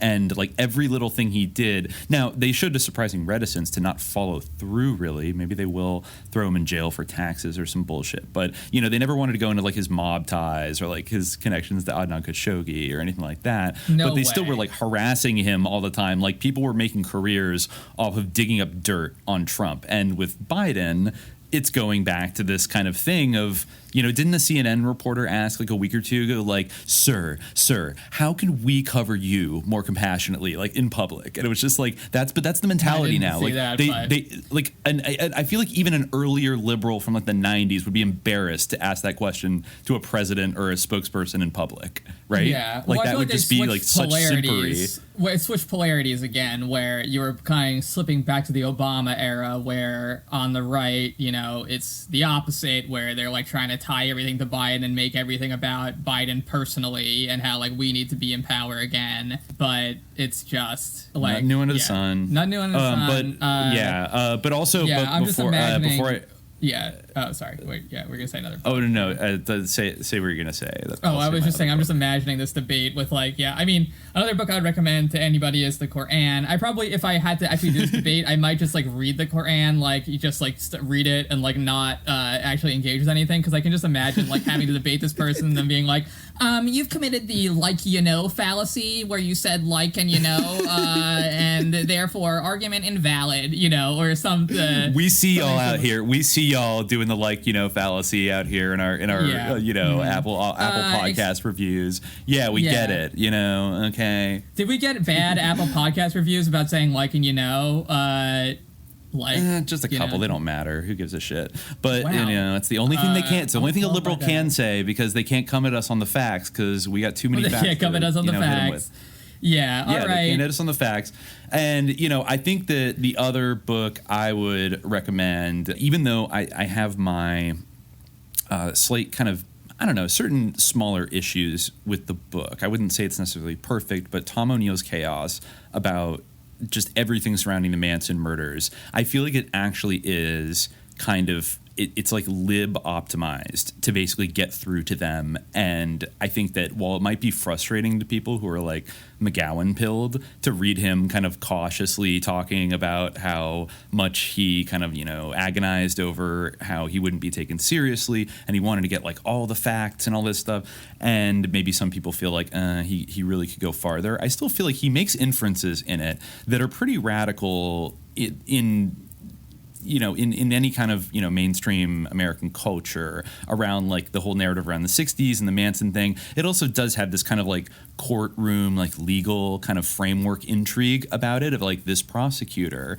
who became a celebrity is actually like was full of shit. And like he's kind of like a psycho egomaniac who gets called out near the end of the book, and, Vincent Bugliosi. And then, there's even a kind of, I think there is a tangent in that book, and it does mention that, well, this was was the guy who was like the most prominent debunker of the JFK assassination and like obsessively, I think, didn't he come out with like a 900-page book or something that was just interminably like dense and long and not very convincing, like defending the Warren Commission findings. And like, so it's like, but O'Neill, I think, clearly discredits him and proves that there was something weird going on. And it's enough in almost like this Vanity Fair feature article kind of way of like, it involves all these famous people that we all know. Everybody just saw the Tarantino movie a couple years ago, that I feel like that's where I would go tactically. I'm not saying it's like the absolute best source on this stuff, like from my own perspective. But if you're going with somebody who's like totally NPR pilled and Hamilton pilled, like if you show them that, because everybody knows what Charles Manson supposedly was, it's like an iconic cultural touchstone. But if you can overturn that rock and be like, hey, wait a minute, like look at this guy, and this guy's like he's a serious journalist, so you can't really dismiss him. He's not just a wacko or somebody with a podcast. So I think like that's where I would go if I was coming up against somebody who was very lib-pilled about conspiracies, in particular like the CIA kind of doing nefarious things, like didn't MK Ultra not work because they tried to mind control people with LSD and it was a big failure, like that kind of thing, which I've gotten a lot when I bring up MK Ultra, which is the official like limited hangout explanation for it. We of course know on Subliminal Jihad that it went so much deeper, but yeah, that's probably where I would start. I can't say it would work, but it's a real uphill battle, I think, trying to get the libs on our ontological wavelength, but we must try. Yes. I'm reading our Apple Podcast reviews right now. This one is interesting. No investigation, no right to speak, and no, Googling history on the fly doesn't count. If you haven't intentionally and rigorously investigated the baseline cultural assumptions associated with the Cold War propaganda that is a subject in the imperial core you have been inculcated in since birth, its ramifications and implications, then you're going to be led to default imperialist conclusions. I feel like maybe you could say that about me, but it seems odd to say about you. Yeah, I feel like that's odd. Exactly what we try to do. Doing the CIA's work for free. Yeah, weird. I feel like that is not something... I have some opinions that you could maybe like say are imperialist if you were like a leftist, but... I could see people saying, I've been called an imperialist before for like, certain things, but I'm kind of getting, I can't say for sure, but I'm kind of getting like teenage Dangist vibes from that comment. Maybe. Yeah. Like, maybe. I think maybe because we said some things about China that were a little bit critical, that we're not defending the socialist hegemon, and thus we're just like inculcated with false Western propaganda, which I don't think that's what we're doing. I think we're digging into some deep cuts about China whenever we do talk about China, and there's much more to go. I'm certainly not...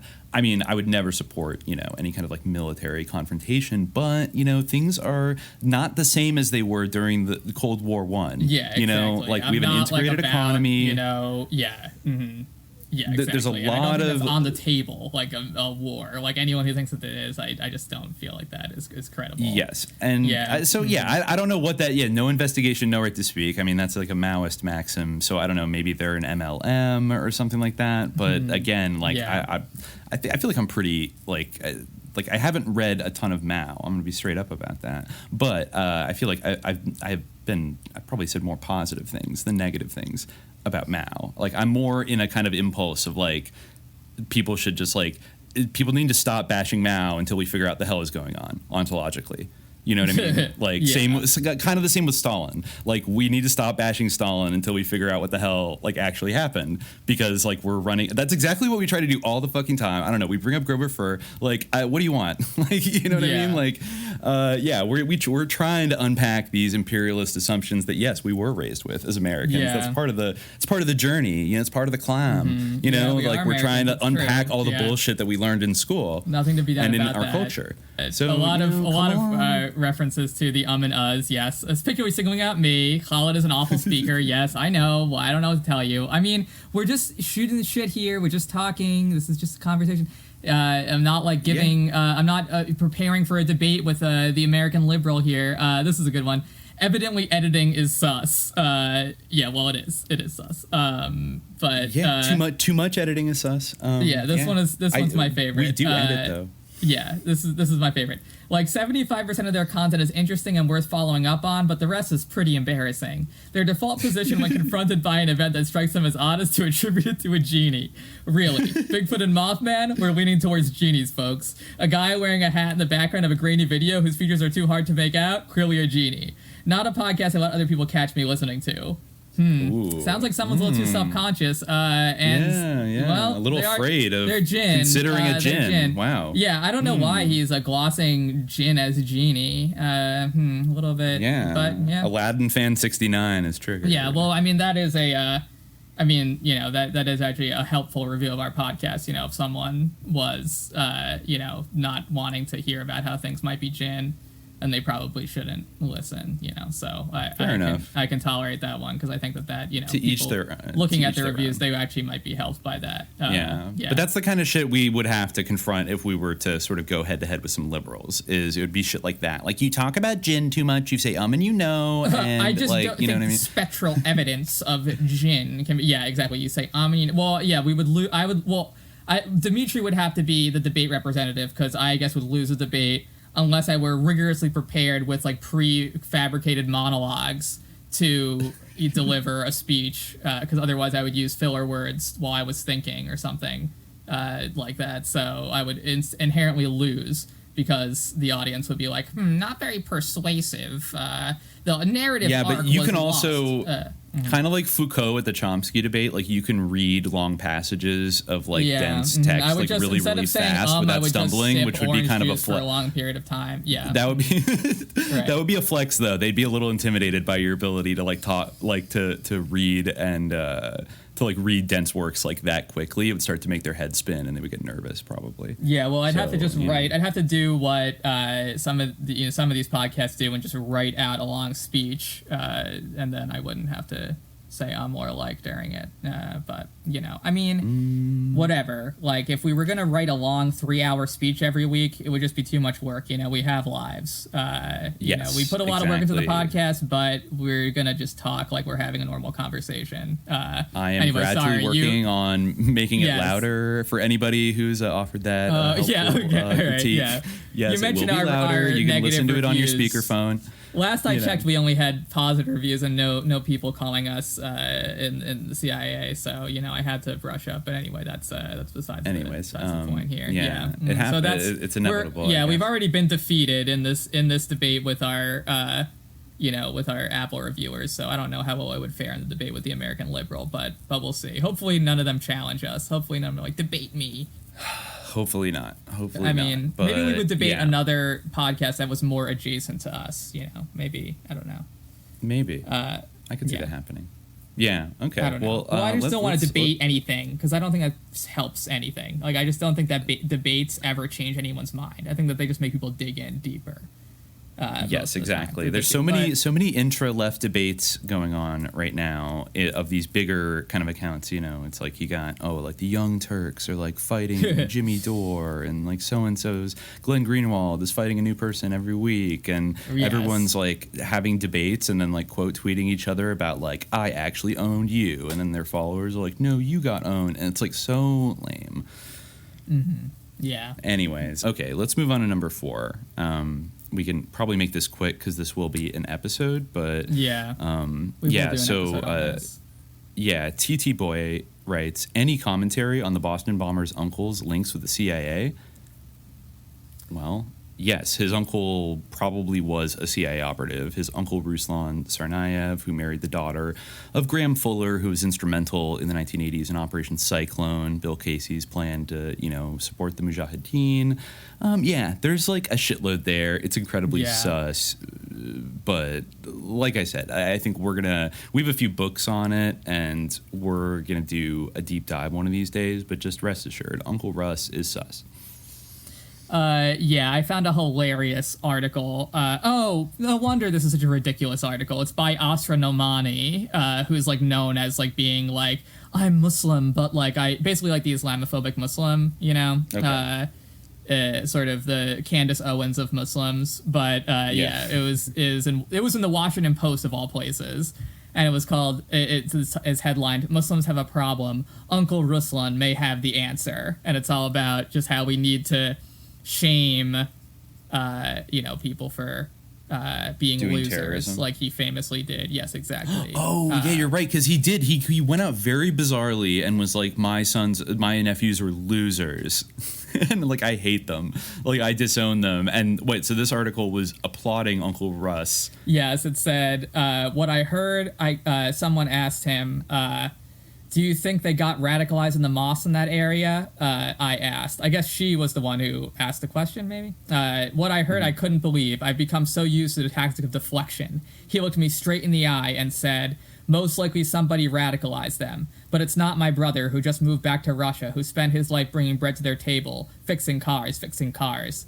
What happened when this Muslim American looked us in the eye and admitted the problem? Sarny became Uncle Ruslan to millions of Americans watching him on TV and later online, winning their respect, first with apologies and then with his hands clenched, fierce indignation, outrage, and anger over the suspected role of his nephews as the Boston Marathon bombers. And there was his color, too. Still using AOL when most don't even know it exists, scolding Jokar to turn himself in. Wow, so it's just about like what Uncle Russ. Yeah, he worked for USAID in I think Kazakhstan in the 1990s. Yeah, he was like married to Graham Fuller's daughter. Or yeah, he was. Yeah. Graham Fuller is like a huge, like high level CIA guy whose like specialty is Central Asia and like encouraged creating Al Qaeda. Possibly had the idea for Iran-Contra. Yeah. Oh, you're right. He did have some weird kind of early connection where he like helped craft the Enterprise, right? Yeah, one of the original like Islam analyst spooks, and he like was like, he wrote some white paper or something, or some article maybe that I guess encouraged the Reagan administration to try this whole thing. Yeah, to like a spread kind of sort of the sort of Saudi version of like militant like jihad against communism. I mean, maybe he also, I'm sure that he did promote that as well, but I think like the whole idea of secretly contacting Iran and like selling them weapons. You mean the Iran part was his idea? I see. Interesting. But he was heavily involved in Afghanistan and Operation Cyclone in the 80s as well. Yes, I guess that was really his. Once 9/11 happened, all these people really got in there. They really it was a huge he was also big. Well, he was big in the 80s, and then after 9/11, I don't know if he was one of those like cowboys that was parachuted in to like meet the Northern Alliance and like ride on horseback early on, but he was definitely intimately involved, I think, in those operations as well, and still is, I think, somebody who like floats around in different think tanks and stuff to this day, like a pretty influential guy. And the fact that Uncle Ruslan married his daughter and then his nephews would go and do this sus terrorist attack. Also, Tom Tamerlan, remember that article where some of his friends were quoted as saying that he used to talk about, quote, majestic mind control, and that he was being like mind controlled? I don't remember that. That's interesting. Well, yeah. Well, we'll get into that when we do an episode. Yeah, we'll Tamerlan was saying that. Yeah.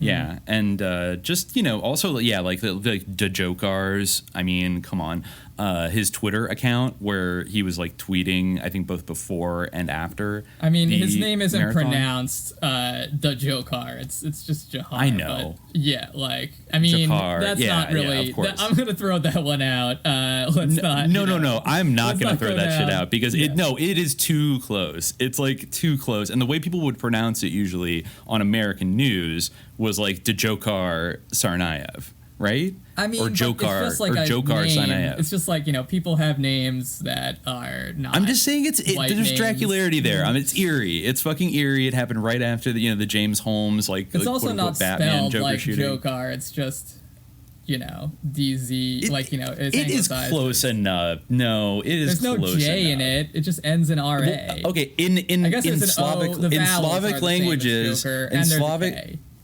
Yeah. Dog, in Slavic languages, a DZ is like a J sound.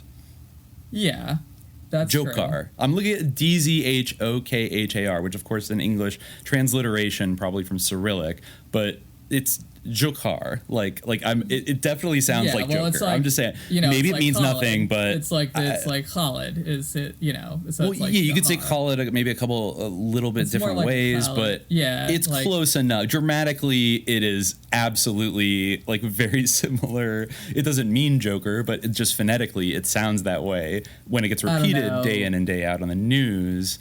I'm just saying, I don't little know, weird. Man.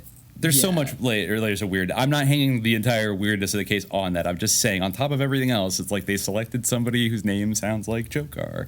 Because I think the assumption lying underneath all of this is that they were kind of selected or manipulated by. Even Uncle Russ said somebody must have radicalized them, but he's not going to tell us the truth of what really happened, and he probably knows a lot more. So yeah, that was a very weird sus. Event. Yeah, I don't know. I don't think that he was selected because his name, like, arguably resembles. I'm not saying he was selected because his name was Joker. I'm just saying it's a synchronicity. That's all I'm saying. Is that it's a weird synchronicity. Not like we got to get the guy with the right name. No, obviously these guys were from a family that was connected to some CIA shit. So they were on the radar. That's that's kind of what I mean. And they were going back and forth to Dagestan and stuff like that. And I think it was mostly the older brother that was kind of taken in by something. Right, he was the ringleader. But there were some interesting correspondences between Jahar and a professor at. Oh Brian Glynn Williams. Yeah, Brian Glynn Williams, who I discovered years ago because he wrote a book.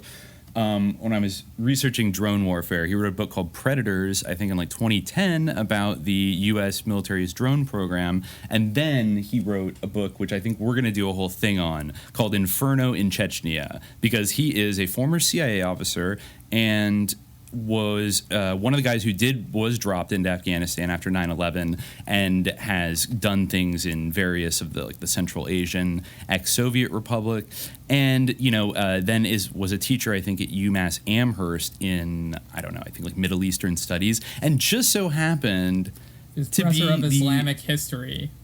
Yes, and just so happened to be counter jihad. Very yes. Yeah, so Mr. Counterterrorist Expert just so happened to be the personal mentor of Dzhokhar Tsarnaev, like in Amherst. And because I guess one of his teachers from Dzhokhar's high school knew Brian Glynn Williams and was like, oh, I have this kid who's from Dagestan, basically let me refer you to him and you can teach him about his homeland of, Chechnya and all that. And I know from reading in the beginning, this guy is the biggest fucking annoying Russophobe ever that has basically kind of in a very arrogant kind of way, it sounds like, kind of gone native with the jihadi hill warriors of Chechnya and is totally on their side and completely down for them to launch a kind of war to break away from Russia, and therefore he kind of excuses Chechen terrorism a little bit, and kind of he speaks of that in a language of what were they supposed to do? But then always talks about Russians. And to be fair, the Russians were very brutal. I do believe the that imperial period. I will say that probably a lot of the discourse in the popular media around Chechnya, and especially in after 9/11 in Russia, is probably pretty sloppy and probably they're all Al Qaeda. In the same, I would believe that. But this book was much more, even though there kind is of for sure an Al Qaeda presence. Oh yeah, there is absolutely. But, you think Abu there's Omar a lot of al-Shashani. that can happen as well. Yeah. But you think about the cultivation of Chechen fighters, like we talked about previously with Abu Omar al-Shashani and the Saudis building these new mosques in poor areas of exactly. Chechnya and Dagestan. That's a different kind of phenomenon where just foreign fighters come in, or you have there's mosques being built, Salafism being promoted, just extremism in general. But I don't know. I feel probably, the fact that this CIA guy who wrote this book and is all about the drone program and kind of almost down with the Chechen cause a little bit, you can see it seep through his writing. The fact that he became the personal mentor who quote unquote taught Dzhokhar Tsarnaev, like everything there was to know about Chechnya and its history and stuff. It got him very, really was like a mentor relationship with him when I think he was 17, 18, something like that. Maybe this might have been in 2-3 years before the Boston bombing. It's just incredibly sus. It's like, it feels like a handler kind of like trying to like almost like coax this kid into thinking about himself as like you come from a lineage of. Yeah, I'm sure that in trying to like teach him about like Chechen history, like the portrayal that he gave him was like, I mean, and I'm sure that like there was truth in a lot of it, like, but he certainly would encourage like a sense of grievance just by virtue of his specialty and the nature of his work, Yeah, this is history. These are some of the classes that he taught: a history of the Russian-Chechen wars, a history of America's war in Afghanistan, Islamic terrorism from the Hashisha medieval assassins to ISIS. All right. Wow. That's pretty lame. Interesting. I'm sure that gets a lot of aspiring CIA agents coming into the class, but So that between that and Uncle Russ, and then take, but and then Tamerlan being visited by the FBI, like every mass shooter ever, like every lone wolf terrorist gets visited by the FBI and forgotten about, and then there was like that weird murder, like his friends were all killed, and then the FBI agents got like murdered, like going to investigate one of his friends. Like there's just so much shady bullshit going on with the whole Tsarnaev narrative. So it definitely warrants a deep ass dive, I think. Okay, we can move on from there. We'll circle back. You want to read number 5? Yeah, sure. Matt asks, thoughts on the congressional baseball game shooting from a couple of years ago. If I recall correctly, they painted him as a Bernie supporter at the end of his rope, but the whole deal is quite sus. Yeah, I remember that. I feel like that guy wasn't like they were, because that was like the one time that there was a mass shooter who was like, there have been a couple of times where the guy was in some way associated with the left wing or could be, linked to having supported Democrats or something relatively actively. So I feel like the conservative media sphere was just like super jazzed about that. And like they really hammered that aspect of it. They called him the Bernie Blaster. That's awesome. I don't know. Yeah, I think it was kind of sus. I think though I remember the situation being vaguely sus when it happened. I haven't really gone back to like look into it, but that wasn't that in 2017. When was the Bernie Blaster? Let's see. It was Jamie Hodgkins or something, right? Or James Hodgkins' son? Congressional baseball shooting. James Thomas Hodgkins' son. Yeah, it was 2017. June 14th, 2017. And it was mostly Republicans. It's also rare that somebody goes beforehand and was like, "Are those Republicans or Democrats?" And when he found out they were mostly Republicans, he approached Ron DeSantis, who was just a representative at the time, and asked him if they were Republicans or Democrats. Yeah, as these mass shootings go, his target, against Women Jihad does not promote any kind of violence against anybody, but just saying, like, as these targets go, there's definitely degrees. But I am kind of surprised, especially with all the talk about like the big lie and 1/6 that CNN is still pounding 6 months later on TV every day. That, again, not endorsing anything, but like I'm surprised that people don't take more shots at politicians, considering how big of an impact assassinations have had on our political history. That if there's all these mass shooters around, they never seem to go after like powerful people. They always just go after randos, right? Mm-hmm. Like most of the time. Gabby Giffords was one target, but yeah. Can you think of really any others? Well, and that guy was different, where he was like, I am the mind controller. Like he was a bit more like, He didn't seem like he really was politically motivated per se. He was absolutely. He seemed MK'd. That dude seemed MK'd as fuck. Yeah, I am the mind controller was his like YouTube videos and like playing "Let the Bodies Hit the Floor" while he like set American flag on fire like in the desert. Those YouTube videos were so weird. Yeah, I remember watching them. That was what we were doing back in whenever that happened. Was that 2017 as well? I feel like it was around the same time. But yeah. Which one?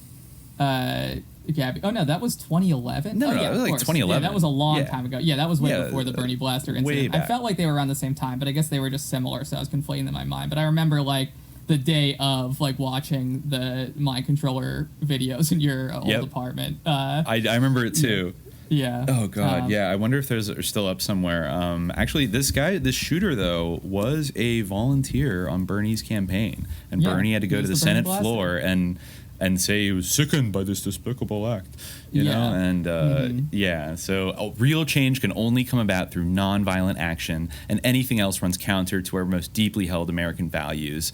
Just like, again, like not advocating like let's all go weather underground, but just like do we have to say it like that, like that, like the Gandhi way is the only way. We will never use violence, even though the other side has used violence all throughout history to monopolize the fur trade and steal like shipping routes and do everything else and steal all the land, like, and build the Pentagon. Like, at one point, can we stop like fetishizing, like just because some crazy guy who volunteered in your campaign went psycho? Do we have to say that like violent resistance to like, I don't know, evil Republicans is, again, not saying, because these guys they're just puppets, really. I mean, all these Republicans, like they're not really they're replaceable for the most part. But maybe that's part of our imperialism, is that we are, or at least I am always just taking making the effort to disavow violence, but might be just given that we're subliminal jihad, just to clarify that we only support the subliminal jihad, we don't support the violent jihad.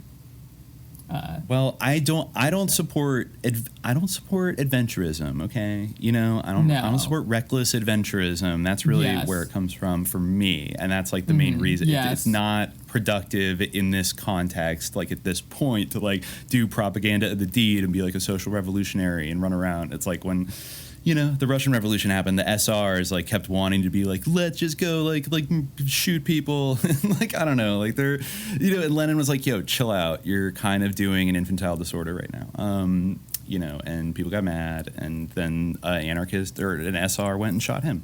And it's just, whatever. I don't know. Yes. In American history, I'm so that jihad is fired upon the community of Muslims in the West, or at this point, it is not fired. So Mm-hmm. It's not fired online. I don't know. Yeah, just weird shit. And I'm also like I'm getting presidential assassination pilled now, to the point where I believe that probably almost every single assassination had like some group behind it. It wasn't just like, I'm a lone nut.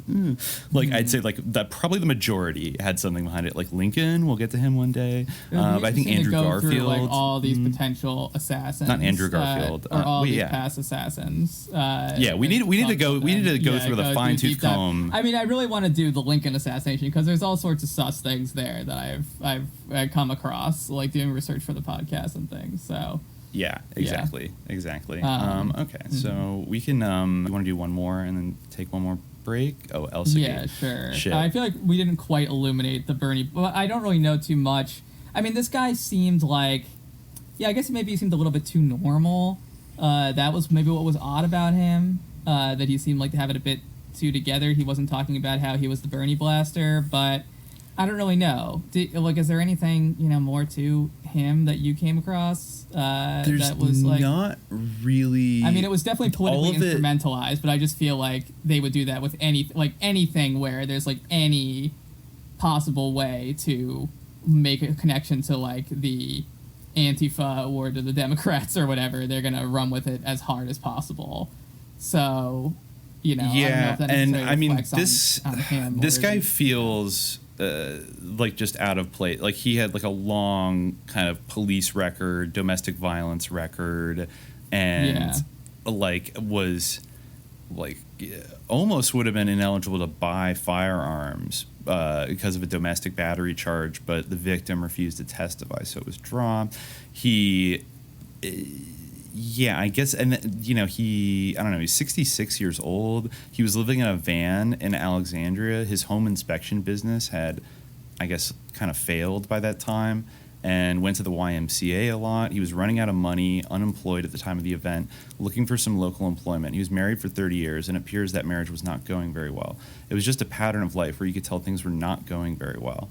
And then he was volunteered for the Bernie campaign in 2016, and he was in Iowa, and was described by a fellow campaigner as a quiet guy, very mellow, very reserved. And he wrote 27 letters to the editor of the Belleville News Democrat between 2008 and 2012 on various political and economic topics, many of which were anti-Republican. On May 22nd, he wrote on change.org, "Trump is a traitor. Trump has destroyed our democracy. It's time to destroy Trump and co." And he was just on Facebook groups called "Terminate the Republican Party," "The Road to Hell is Paved with Republicans," and "Donald Trump is not my president." And it's very weird. He found a list of names of congressmen in his pocket. I mean, they also shot him dead, so it was one of those. But they said that the list that he had in his pocket, they found it in an Alexandria storage locker rented to Hodgkinson, and the FBI agent Timothy Slater said it did not appear to be a hit list and that its significance was unclear. Okay, so he just had a weird list that wasn't related to the people he went and shot. What was it a list of? Other Congress people, groceries? I guess. It was a list of congressmen, but they said, it wasn't a hit list or anything. Interesting. Very weird. And so they just kind of never released a lot of information about him. It kind of sounds like he wasn't that crazy. He was just a boomer kind of liberal who was kind of on hard economic times. He was falling down. He was falling down. He snapped. He went postal. Yeah. It is a kind of like that movie from the early 90s. It is a kind of a boomer generation kind of way to go. I don't know, do a snapped going postal mass shooting kind of thing. Yeah. I don't know, but it didn't. He was a taxi driver.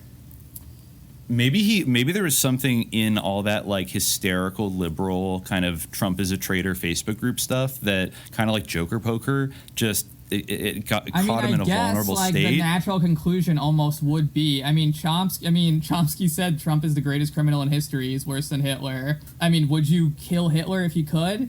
Of course. Right? Yeah. He's literally Hitler. So why isn't somebody trying to, Yeah. It is kind of funny because I remember that era, and I remember the hot, the piping hot rhetoric of he's literally Hitler and we need to do something. But then it's isn't it inevitable that one why didn't unhinged anyone person try to kill Trump? I guess because they were just afraid of the consequences. Maybe. Yeah, it's odd because. Yeah, it's weird because the rhetoric of if you ever wondered what you would be doing during World War II, now it's time to find out. And yet no one killed Hitler. Or I guess people said during the Civil Rights Movement. But at the same time, there was a lot of Trump is Hitler comparisons, A fascist isn't running. It's a fascist. Fucking fascist. Yeah, so I feel we can talk about it later. So why not try to assassinate? That level of emotion should have been it's how you assassinate him. Why don't give a fuck? Exactly. Basically you're calling you. What else? Yeah, could we you can be talk calling about for him at that after he's assassinated. Yeah. So I don't. It feels like committing murder, but he's a fascist. I don't want to snipe the president use that from, logic. It totally I don't want to snipe fits. the president from, the roof of the Capitol, but he's a fascist. I don't want to blow someone's brains out, I believe in, moral principles. I think killing is wrong, but, maybe we can talk about it when he's not off. Sorry. Anyway, yeah. Oh, yes. Yeah, I love, 2020.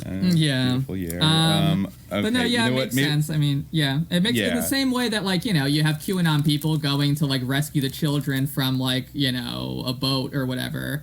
it would make sense. Yeah, that so there's going to be at least a handful of kind of vulnerable people out there that are going to take it literally.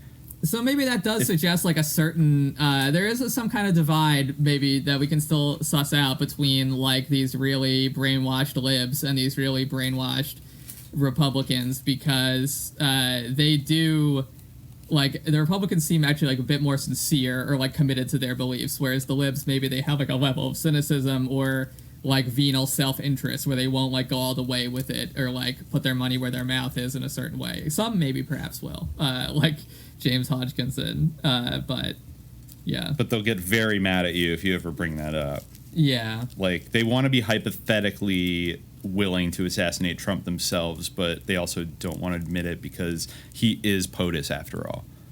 Yeah. You got to respect POTUS. Yeah, you got to respect the office, and, you know, we trust the people around him, you know, like we trust Mattis, we trust Bolton. McMaster, you know, those people. Yeah. They will Jeff make sure, Sessions. Yeah, right. Trust that. Yeah, that Trust is one. Sessions. That is one common ground between. Yeah, trust Sessions. Yeah. And a neon burst. Wow. They say 500,000 people watch the Boston Marathon here in New England.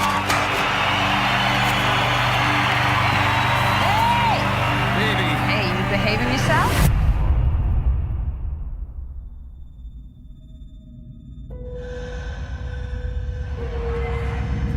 There's Delta 984. We got multiple explosions. We need help down here.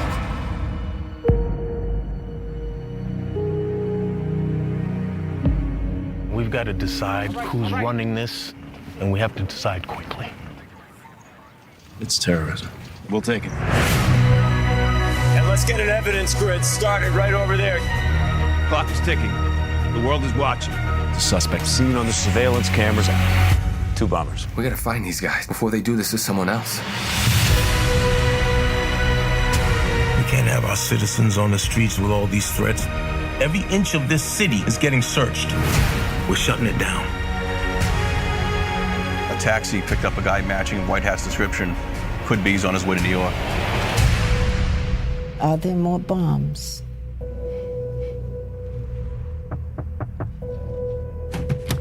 Are there more bombs? I want a lawyer. No. No, I have rights. You ain't got shit, sweetheart.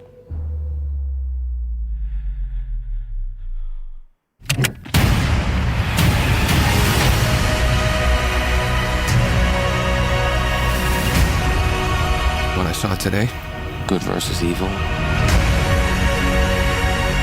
love versus hate. There's only one weapon you have to fight back with. It's love. We wrap our arms around each other.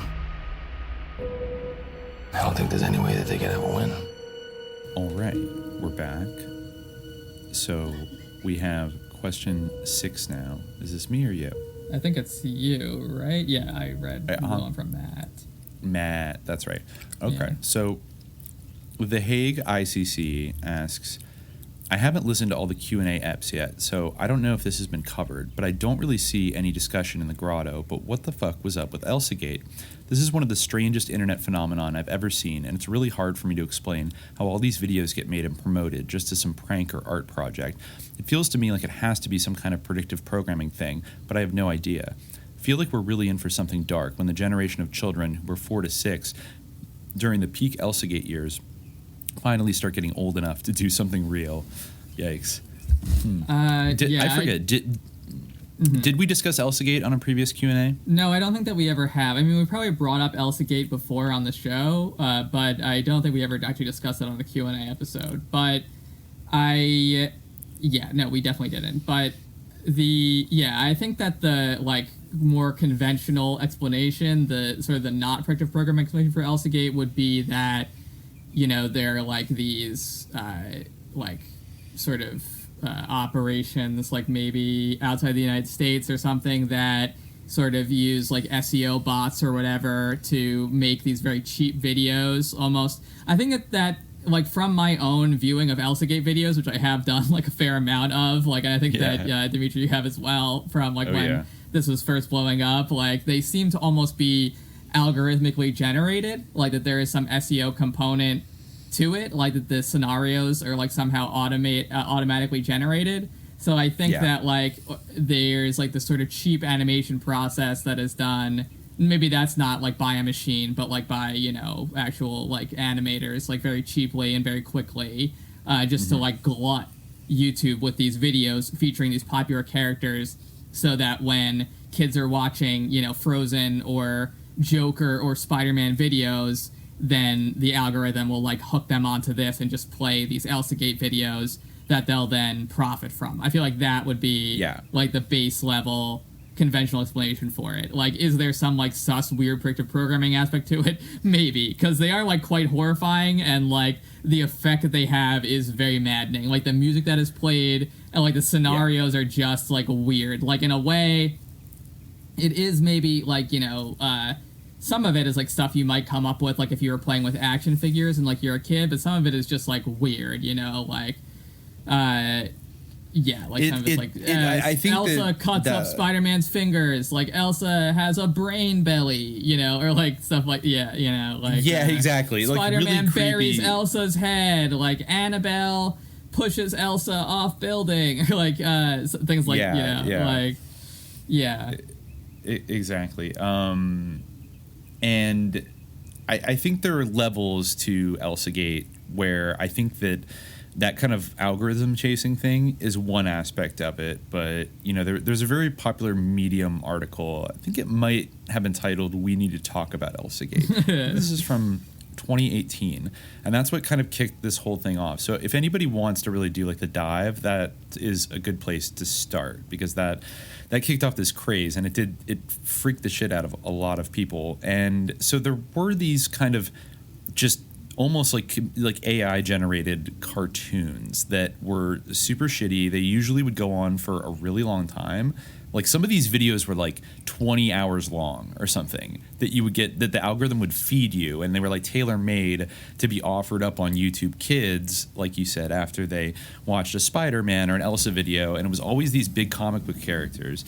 And I mean, there's a lot of weird levels to that. One thing I did find odd was that, given how vigilant some copyright holders in the entertainment, you know, industry are about taking down videos or demonetizing videos that use copyrighted imagery or music, that for some reason these videos don't trigger the Disney, you know, infringement, you know, thing, which is weird, you know. So it's like they're allowed to exist and even profit on YouTube Kids of all places with these just bizarre videos. But then you're right, there is this aspect where then some of the videos seem like they're not so algorithmically generated. They seem sadistically generated because they have these weird, creepy things that happen.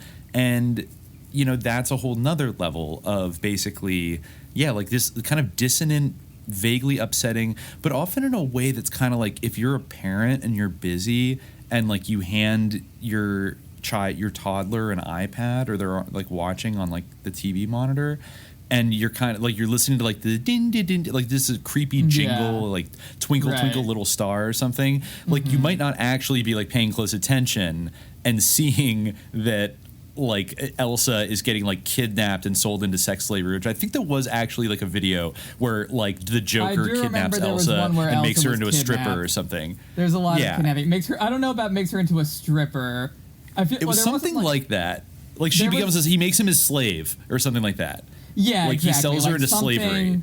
Exactly. Yeah, something like not quite like where. Yeah, it's more abstract. You know, there wasn't anything I feel like in the videos that I watched that was like, you know, genuinely distinctly adult, you know, because like there can be slaves in like Disney movies, you know, like you can have like a slave, like you know, it was stuff like it, you know, in Aladdin, like Jafar basically like enslaves the Sultan, you know, or something like that. You know, like they're trying to think, what are the Disney movies like have slaves, like little slaves? I mean, there's macabre shit in Disney movies for sure, but this is on a whole new level. There's even subliminal stuff in Disney movies, like that we talked about in the very first episode, like the sex thing in Lion King, and like the boner priest in Little Mermaid. Yeah, There's a third layer though, and that's the live action ElsaGate videos.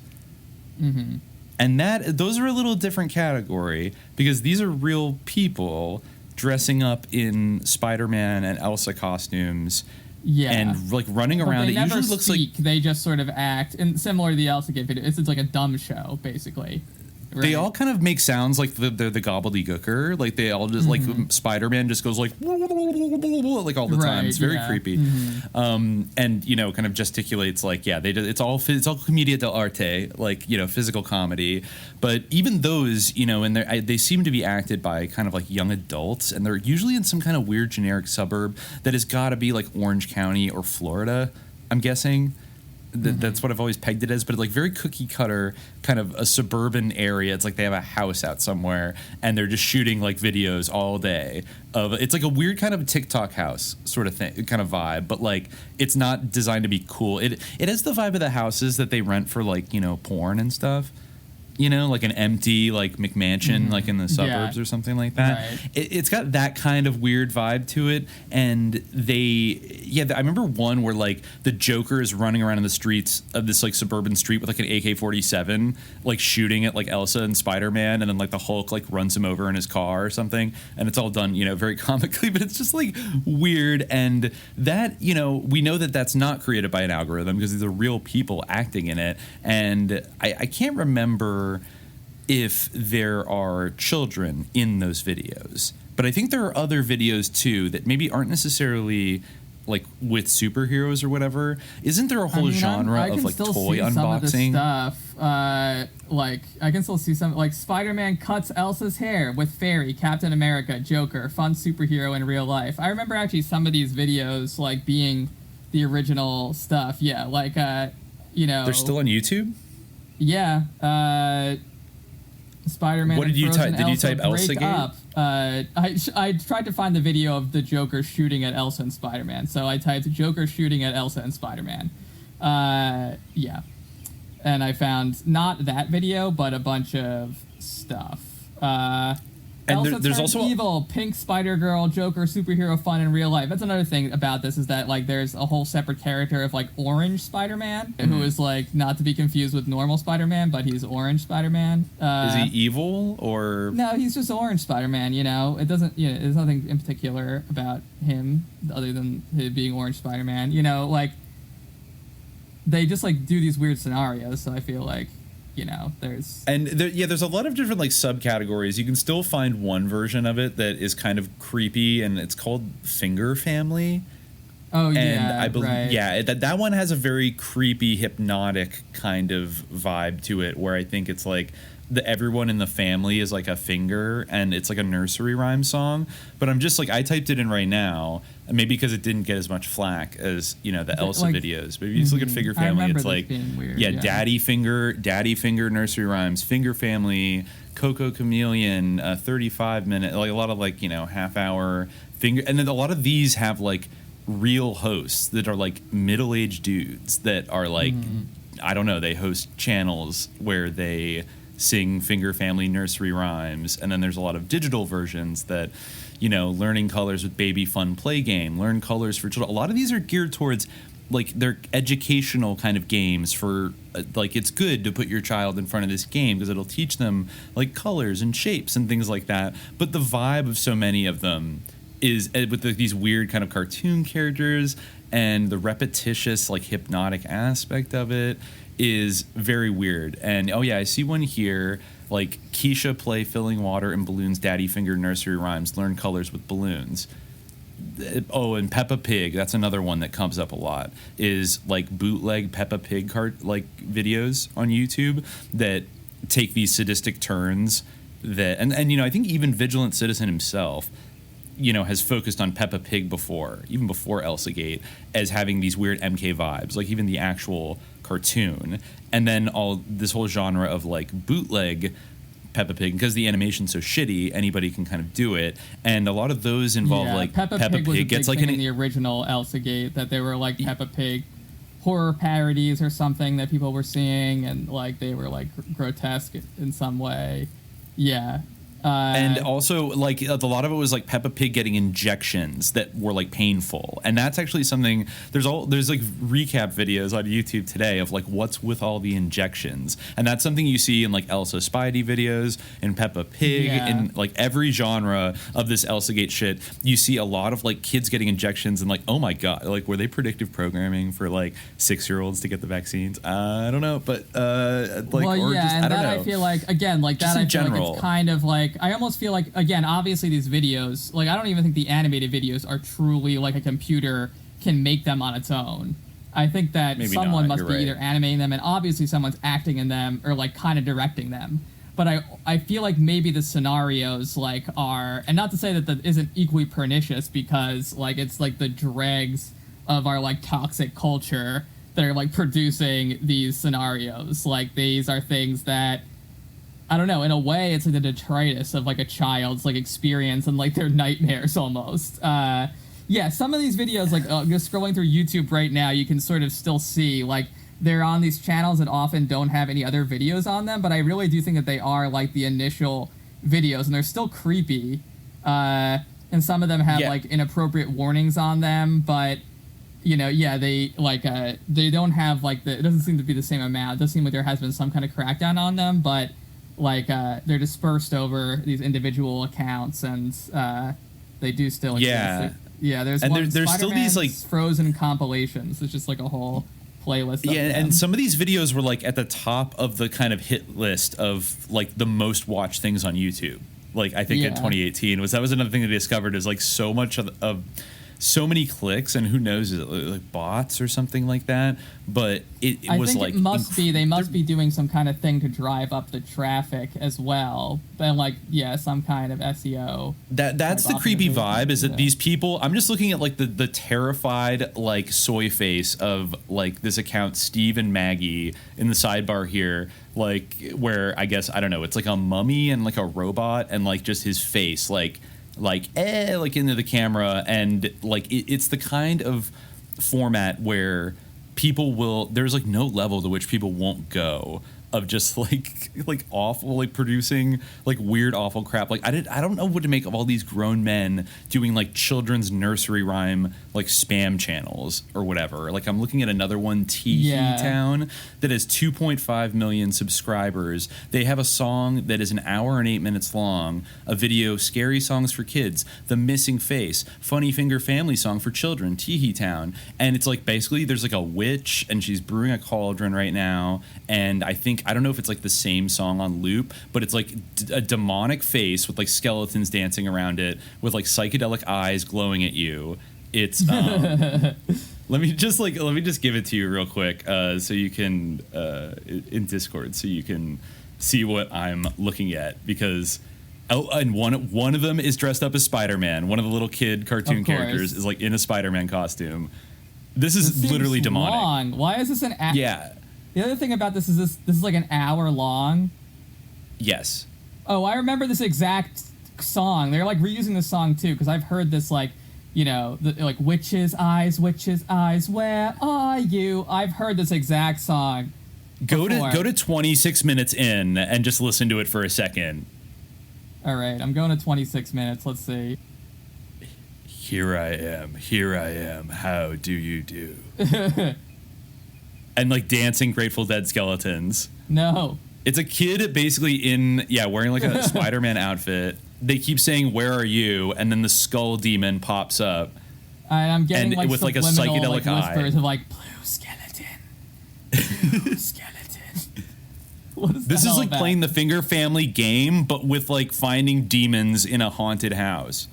Yeah, and I mean, like, you know, that's not like, this isn't like inappropriate for kids necessarily. Like, yeah, it has like, it's Halloween, which is, you know, we could go full vintage satanic panic mode and like, you know, talk about the susness of Halloween, but maybe that's like a different time. Like, obviously there are people who are like averse to the whole celebration of Halloween because of like the way that it encourages like, you know, a favorable attitude toward the occult and things like that. I mean, but in the general culture, like things like this just aren't considered to be inappropriate for children because this is like spooky Halloween fun. You know, like yeah, it's spooky Halloween fun. But when I'm looking at like a screen grab of like Spider-Man with a pregnant belly standing next to Elsa, who is like tied to a tree with like a rag around her mouth, looking scared. Like, yeah, what is going on? You know what I mean? Yeah, well, that's not in this like scary song for kids. No, it's not in that one. I'm just going down the list again at like a I guess this is a live action one. Right, there's some really like weird scenarios, you know, but I mean, like, again, like you see that kind of stuff like in Looney Tunes almost, like with like people being tied to the train tracks or stuff like, you know, like there's all right, this, like, ain't nothing new under the imagery. sun. What's up with cartoons, by the way? What's up with just in general? What's up with it's all. we talked about Mickey Mouse. A lot of it is so influenced by Mickey Mouse. You know, the scary songs for kids stuff is very similar. Like some of the earliest cartoons that Walt Disney made were like the skeleton dance, the famous skeleton dance that was almost considered to be too scary for kids at one point. Wait, right? Like a dancing Grateful Dead skeleton. Yeah, true. Silly they really skeleton dance. Interesting. Walt Disney primed everybody in childhood, and then when they were like 21, like come go to the Grateful Dead show, and then you see a dancing skeleton. It reminds you. Well, I mean that goes back to the medieval idea of the dance macabre, right? Which is like a famous thing, like the dancing skeletons. That's like an old medieval iconographic trope.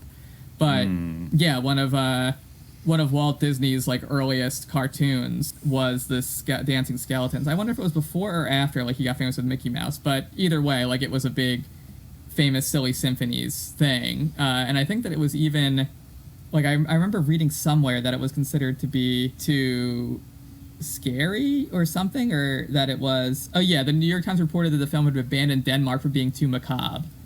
That's interesting. If you probably have seen this, like, you know, in like Halloween compilations or things like that. But anyway, so yeah, that's very similar in its motif to this. So, you know, yeah, there is like a lot of stuff around cartoons, and like that whole thing is like hours long. It's just to keep like, it's, you know, I mean, it's just to have kids like in front of this for hours, give them hours of content, so like it never ends. It never has to skip to the next video. You never have to step away from whatever you're doing to like check in with your kid, and like even to change their video, you know, which is just like really, it's which is we very, used to very talk bleak, about, you know, people used to talk about, you know, kids being raised by the television, and now this is like such an accelerated version of that. And you know, like one critical video on here talking about ElsaGate, you know, says replacing early cognitive development with conditioning, and that is kind of what it feels like. It's like these conditioning videos, and like, and we're not saying it's like necessarily like predictive programming to make them satanic or something like that, but I mean, you could do like that's the thing. I think that the reason why, you know, in addition to the videos just being like disturbing and unsettling in a way where like I think that it could definitely lead to, you know, kids having nightmares or just like generally like having weird notions or things like that, you know, I don't think that these are like well composed or like promote like good values. They're just like these weird psychedelic detritus, you know, that often don't have like a coherent idea behind them, and are just like feeding back like the dregs of like internet searches or whatever, or like maybe even other kids' videos or something like that, like back, you know, into some kind of algorithm. Like that's still like not necessarily healthy, but I think that people are realizing like when they see this stuff and like how bizarre it is, I think that part of the reason why people react with such, you know, so strongly is because they realize like, wow, you know, my kids could be exposed to anything. You know, something that I was thinking about, I mentioned to you earlier during one of the breaks, is the Momo challenge, which was sort of a similar thing. Like, I think that there maybe was a little bit less to that than this, but I guess, did you not hear about the Momo challenge, like when it was a thing? I did not. The Momo challenge is kind of similar. Did you ever hear about the Blue Whale challenge? No. Yeah, well, the Momo challenge basically and the Blue Whale challenge were similar things. The Momo challenge is more adjacent to this, where the idea was that kids basically would come across a video of this like horrifying bird, humanoid, twisted statue. Like if you Google Momo, probably it is what will come up. If you go Google image search Momo, you'll see Momo. Yeah, at least that's what I see. It's like this weird, like sort of creepy statue that some sculptor made, but the statue was associated with this video, I guess, that people believed, or maybe perhaps was in some form, you know, whether or not I think once the idea got out there, whether the original idea was just like a spooky story or whatever, I'm sure people did actually make videos to this effect, but the idea was that, you know, kids would be like on kids' YouTube or whatever, and this video featuring this entity or this like horrifying statue would pop up that would basically command them to do like violent acts, like to hurt themselves or others, and like threaten them, like with, you know, and say like, oh, you know, if you don't do this, like Momo's gonna come get you, you know, just like press the razor on your wrist until like the red stuff comes out, you know, just like this is things very like that. Yeah, this is I guess I don't know if you Momo. Oh, I remember Momo. Okay, the creepy like bird girl kind of face thing. Yes, I remember this. Yeah, I see here from 2019, I guess, that the Momo Challenge started appearing in Fortnite and Peppa Pig YouTube Kids videos, parents warned. As you can imagine, this is highly distressing for the children to view. So I guess, yeah, it's been slipping into these like bootleg Peppa Pig videos that we were talking about. I mean, that's very wild that, you know, you have like a YouTube Kids video and then this image just pops up and probably just scares the shit out of small children who see it. A lot of the stuff I'm saying is that like it's a hoax, but, you know, I'm sure that like I'm certain that once the idea got out there, people like actually created these videos, whether and like even if the original video was the original idea of the Momo Challenge, like a creepy pasta or like a myth. Then like there were real Momo videos that people made, and I'm not even necessarily, I don't necessarily think it's true. I feel like maybe it probably was based on something, and there are like equivalents out there, you know, even like whether they feature Momo or not. I'm sure there is like stuff that people, because people are sick, you know. I'm seeing in the Atlantic, the Momo Challenge is not real. Momo is not trying to kill children.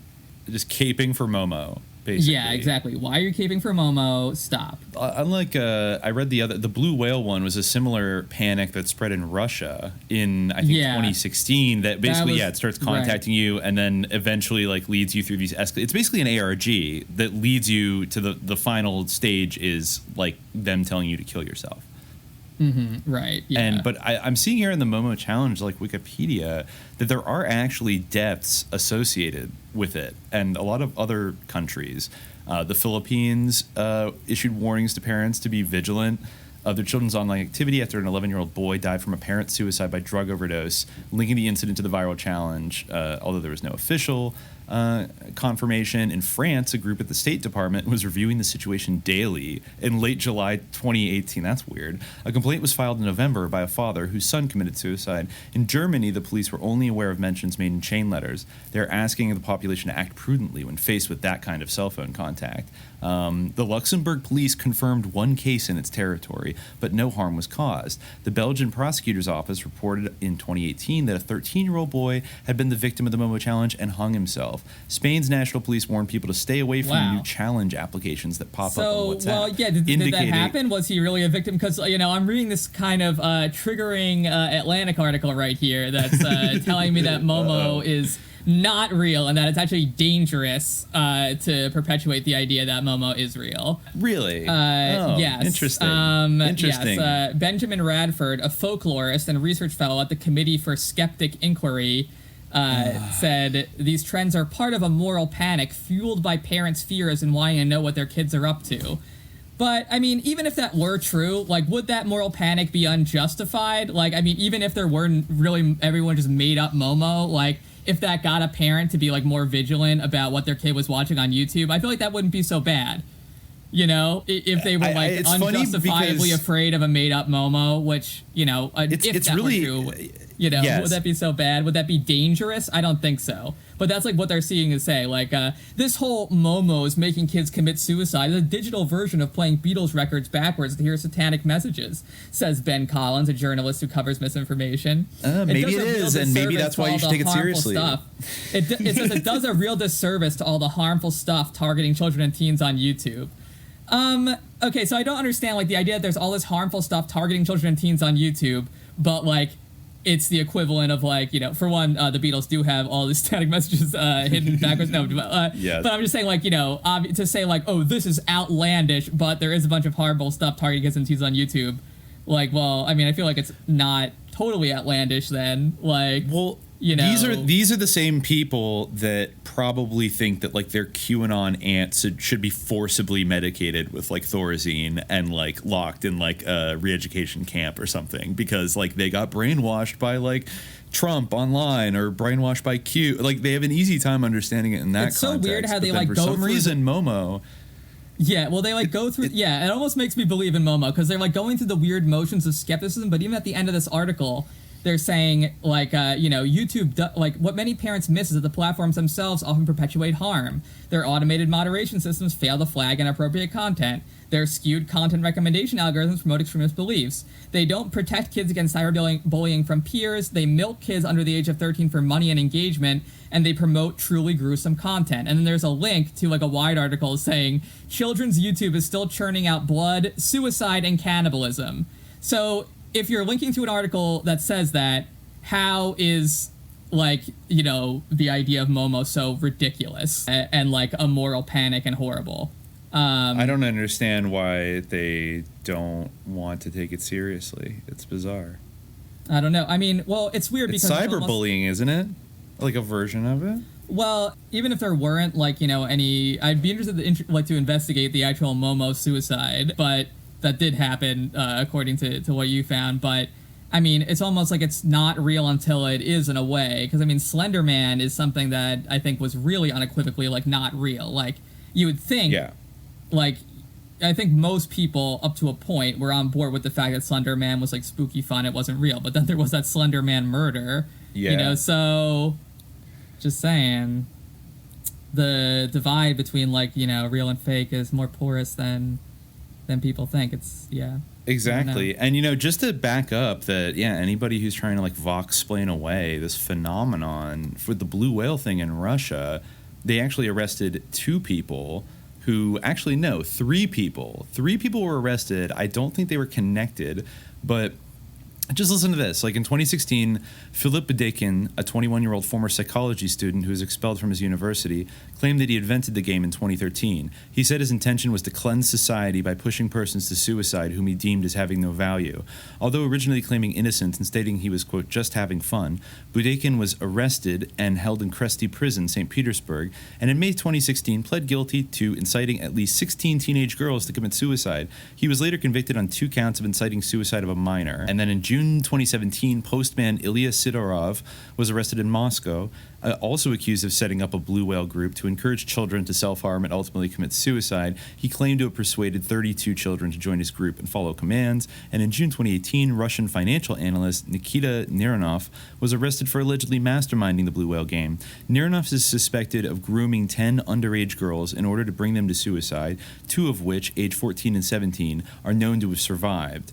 So I guess 8 died. As a financial analyst, Neranov has been described as a very smart computer expert who held a large amount of contempt for teenagers, believing that they were, quote, wicked and deserved to die.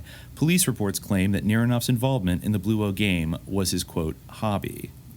It does say that commentators such as Benjamin Radford have pointed out that sensationalized stories in world news regarding the involvement of Budeikin, the first guy, have all linked back to just 2 Russian sources, with tabloid news outlets replicating the same information without elaboration. But then they arrested 2 other people, and like I'm seeing in like the Times and in, an article in the Evening Standard that, financial analyst 22 held over masterminding blue whale web game that pushes teens to suicide. So, also it's kind of like if there's like young incels running around doing like mass shootings all the time, like why wouldn't there also be young psychos online doing this for like sadistic thrills? Like, why is it ontologically unacceptable that there's a Momo it's weird. Game it's happening? Exactly. There's like this weird reflex where they have to like just repeat this script, even though like all the elements of it they acknowledge. It's very strange, and it just perpetuates belief in Momo. It's making me believe in Momo. Momo's a djinn. No, anyway, but all these videos are full of djinn. They're full of fucking djinn. They're incredibly sus. Do not let your child autoplay YouTube Kids ever. Yeah, don't let your child autoplay YouTube Kids. Just pay attention to your kid. I mean, again, like we're not parents, but we are dog parents. We both have dogs, and I feel like I constantly have to pay attention to what my dog is doing, and it can't even use the internet, which is like the most dangerous thing in the world. And just is the most toxic and poisonous thing ever. You know, yeah, I was thinking the other day, did you ever come across that guy Hank Yu, like the Asian Nazi guy who like, or the Asian like wannabe like Confederate guy who like kinda, yeah, he became a meme, kinda, right? Yeah, I was just thinking the other day about how, like, before the internet, like, you know, we'd never have to know about the existence of that guy. Like, most people would just never, like, come across that or, like, you know, encounter it, and he would have never existed either. Like, you know, they're like, he probably would not have become a Nazi, like, Confederate maniac, and also, even if by some happenstance he did, we wouldn't have to know about him. Yeah. But now we do, and YouTube just has, you know, just keeps serving it up again and again. Yeah, it's the internet is extremely. You probably should have a moral panic about it. You know, like, I mean, what point is it okay to panic? Obviously, like, you know, we've discussed the satanic appropriate reaction. At some level, you know, there's a certain appropriate reaction, but also, like, sometimes panic is an appropriate reaction. You know, like if there's a fire. I guess we want to say cool-headed, and panic has negative connotations, because if you're panicking, you know, you're not being rational and you're possibly putting yourself in danger. So I guess maybe panic is always a loaded term, but there's definitely times to be alarmed, maybe. And I think that some alarm around, like, the internet and what children can be exposed to on there is definitely justified. And, like, if, you know, some belief in Momo that maybe is debunked, like, help some parent to, like, get there. Like, I don't really think that is harmful compared to, like, what actually is on the internet. I don't know, but yeah, you know, exactly. I just, I'm also not writing off Momo. You know, there's something evil about that statue. I don't like it. Yeah. I also just the last before we go, because we did talk about how this all goes like back to Mickey Mouse. I forgot that actually there is a subgenre of Elsagate that is all about Mickey Mouse and Minnie Mouse, and I feel like there's like a third female mouse that is like kind of a bad girl, and then Mickey Mouse is also kind of like a bad boy who's always doing like naughty things. And I want to say it's like not a real Disney character, it's like somebody else that they made up to be kind of this like sexy, like sinister, like other female mouse for him. And there's like videos, like I'm looking at a screen capture now where like Mickey is wearing sunglasses and like smiling devilishly and like tattooing, it looks like tattooing a butterfly on Minnie Mouse's back while she like grits her teeth, and then the other female mouse is like staring there, like looking, she has like a full sleeve of tats, and she looks like kind of like turned on by it, or like getting a sadistic pleasure out of watching like Minnie suffer. It's in just this, like what, in this you know, Wired so it's full article, circle. In this Wired article that was linked from that very that exact Atlantic article debunking Momo, said a random browsing test with a toddler who wasn't actually shown any unpleasant content took us from YouTube native children's favorite Bob the Train to a few stubby fingered lunges at the tablet screen later, a fake Mickey Mouse cartoon with depictions of eye gouging, a parasite infested stomach, and small children setting each other on fire. Cool. Yeah. Good. Very good. Positive. Yeah, not like I think there, I'm curious if there really is like, also one other thing I've seen people point out with Elsagate is like that it sort of it has a tendency to teach like learned helplessness, like in kind of, you know, Guantanamo Bay, MK Ultra kind of way. To teach what? Where Sorry, you know, basically it's showing like these characters getting like tortured or getting like things taken away from them, or, you know, all kinds of like kind of abusive stuff that kind of, and then it's like repeated and reinforced over and over again. So it's like a form of kind of, you know, virtual, like observing learned helplessness be modeled. And in a way that's like, even though it's ostensibly about like counting or shapes or singing the Finger Family song, you know? Oh, it's Daisy Mouse. That's who it was. Daisy Mouse Daisy Mouse is fucking dangerous. I don't know what is up with Daisy. I at least let me see if I can verify this. Daisy. Oh wait, no. Daisy is the duck. Daisy Duck. My bad. Oh yeah, Donald Duck's girlfriend is Daisy Duck. Yeah, we should figure out the mouse situation. We'll have to ask Kenneth Anger. I'm sure he'll know. Although maybe he'll be upset. It's like, well, no, he'd be happy because it would be taking Mickey Mouse back to his puckish roots. especially if they restored his tail and allowed him to pull on some udders of cows. That's what I mean. Like, this is really taking Mickey Mouse back to his puckish roots. Yeah, it really is. Yes. Yeah, like frozen Elsa eating soup with insects, jokers, and story is like one. No, they're teaching the kids. They're teaching the kids to eat the bug and lift the pod. Oh my God, they are. They are. I mean, it is an interesting point that you made about like the sort of learned helplessness, because Elsa and Spider-Man, like in their actual like franchise content, like they're heroes. You know, like Elsa probably wouldn't be able to be tied up and like abused, you know, because she has superpowers under normal circumstances. You know. So showing these characters in those situations could like be distressing and could create like certain, you know, ideas or associations or yeah. I mean, it's definitely not healthy under any circumstances. This is bad news content for sure. Yeah. And it's still going. It's like I'm still looking at it on YouTube. Like it actually, they did make a little bit of a thing of like, oh yeah, no, we got rid of anything that was like actually problematic. I remember there was also a thing of like there was a lot of like foreign. It seemed kind of like pedophiles like watching a lot of these channels, especially anyone that like had actual like little kids in it and had like very creepy. Sometimes I think people were like trying to decode thing, like people on Reddit were going in and trying to see if there was like some kind of cryptology kind of thing going on with like people writing seeming gibberish, but in like a deliberate way. And just like really, so it's like, it's almost like a Wayfair thing of like, are these videos like, it gets just like a really dark This is place. an interesting quote from the same Wired article.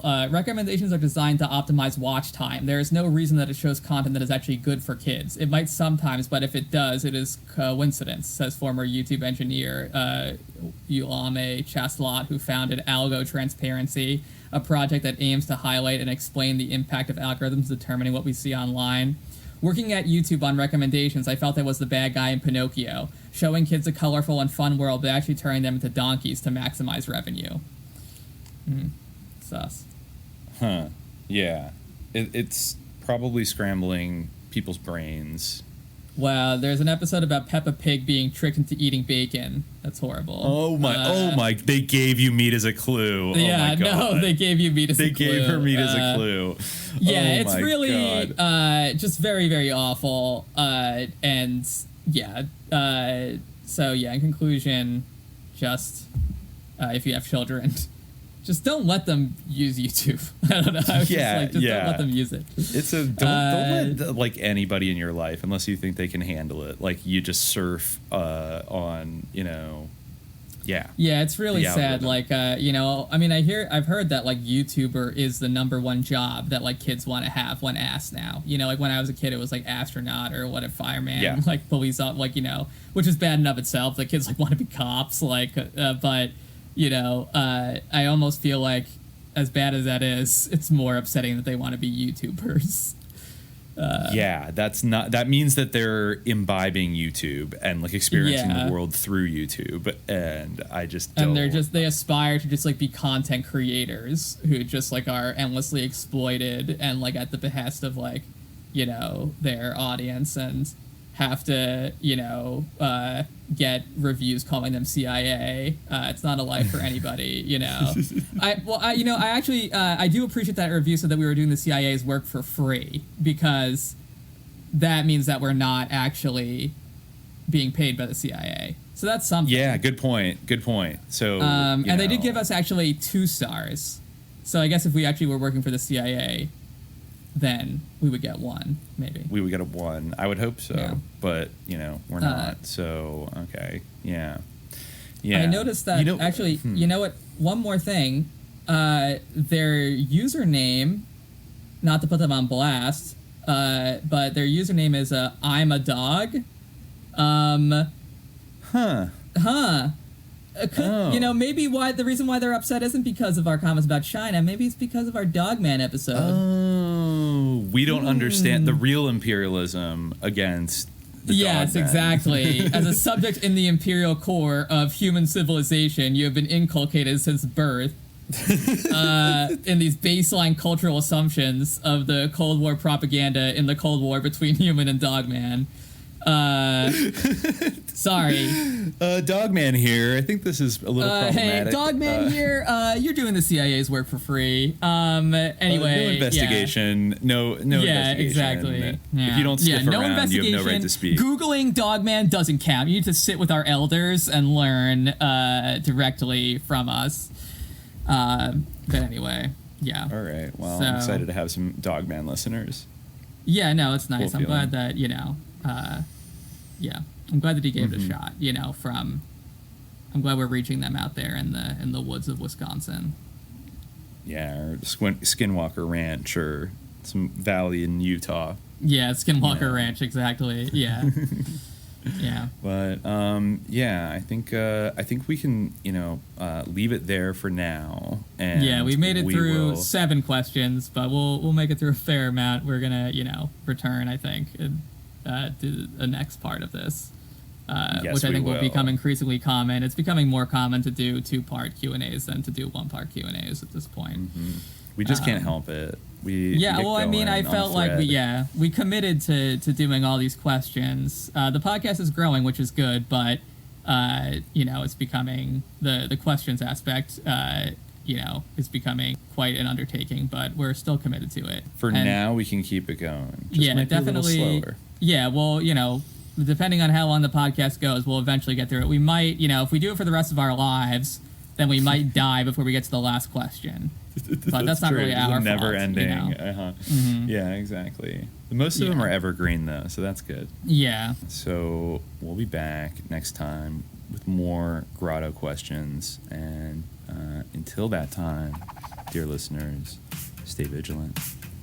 Peace. Yellow bones, where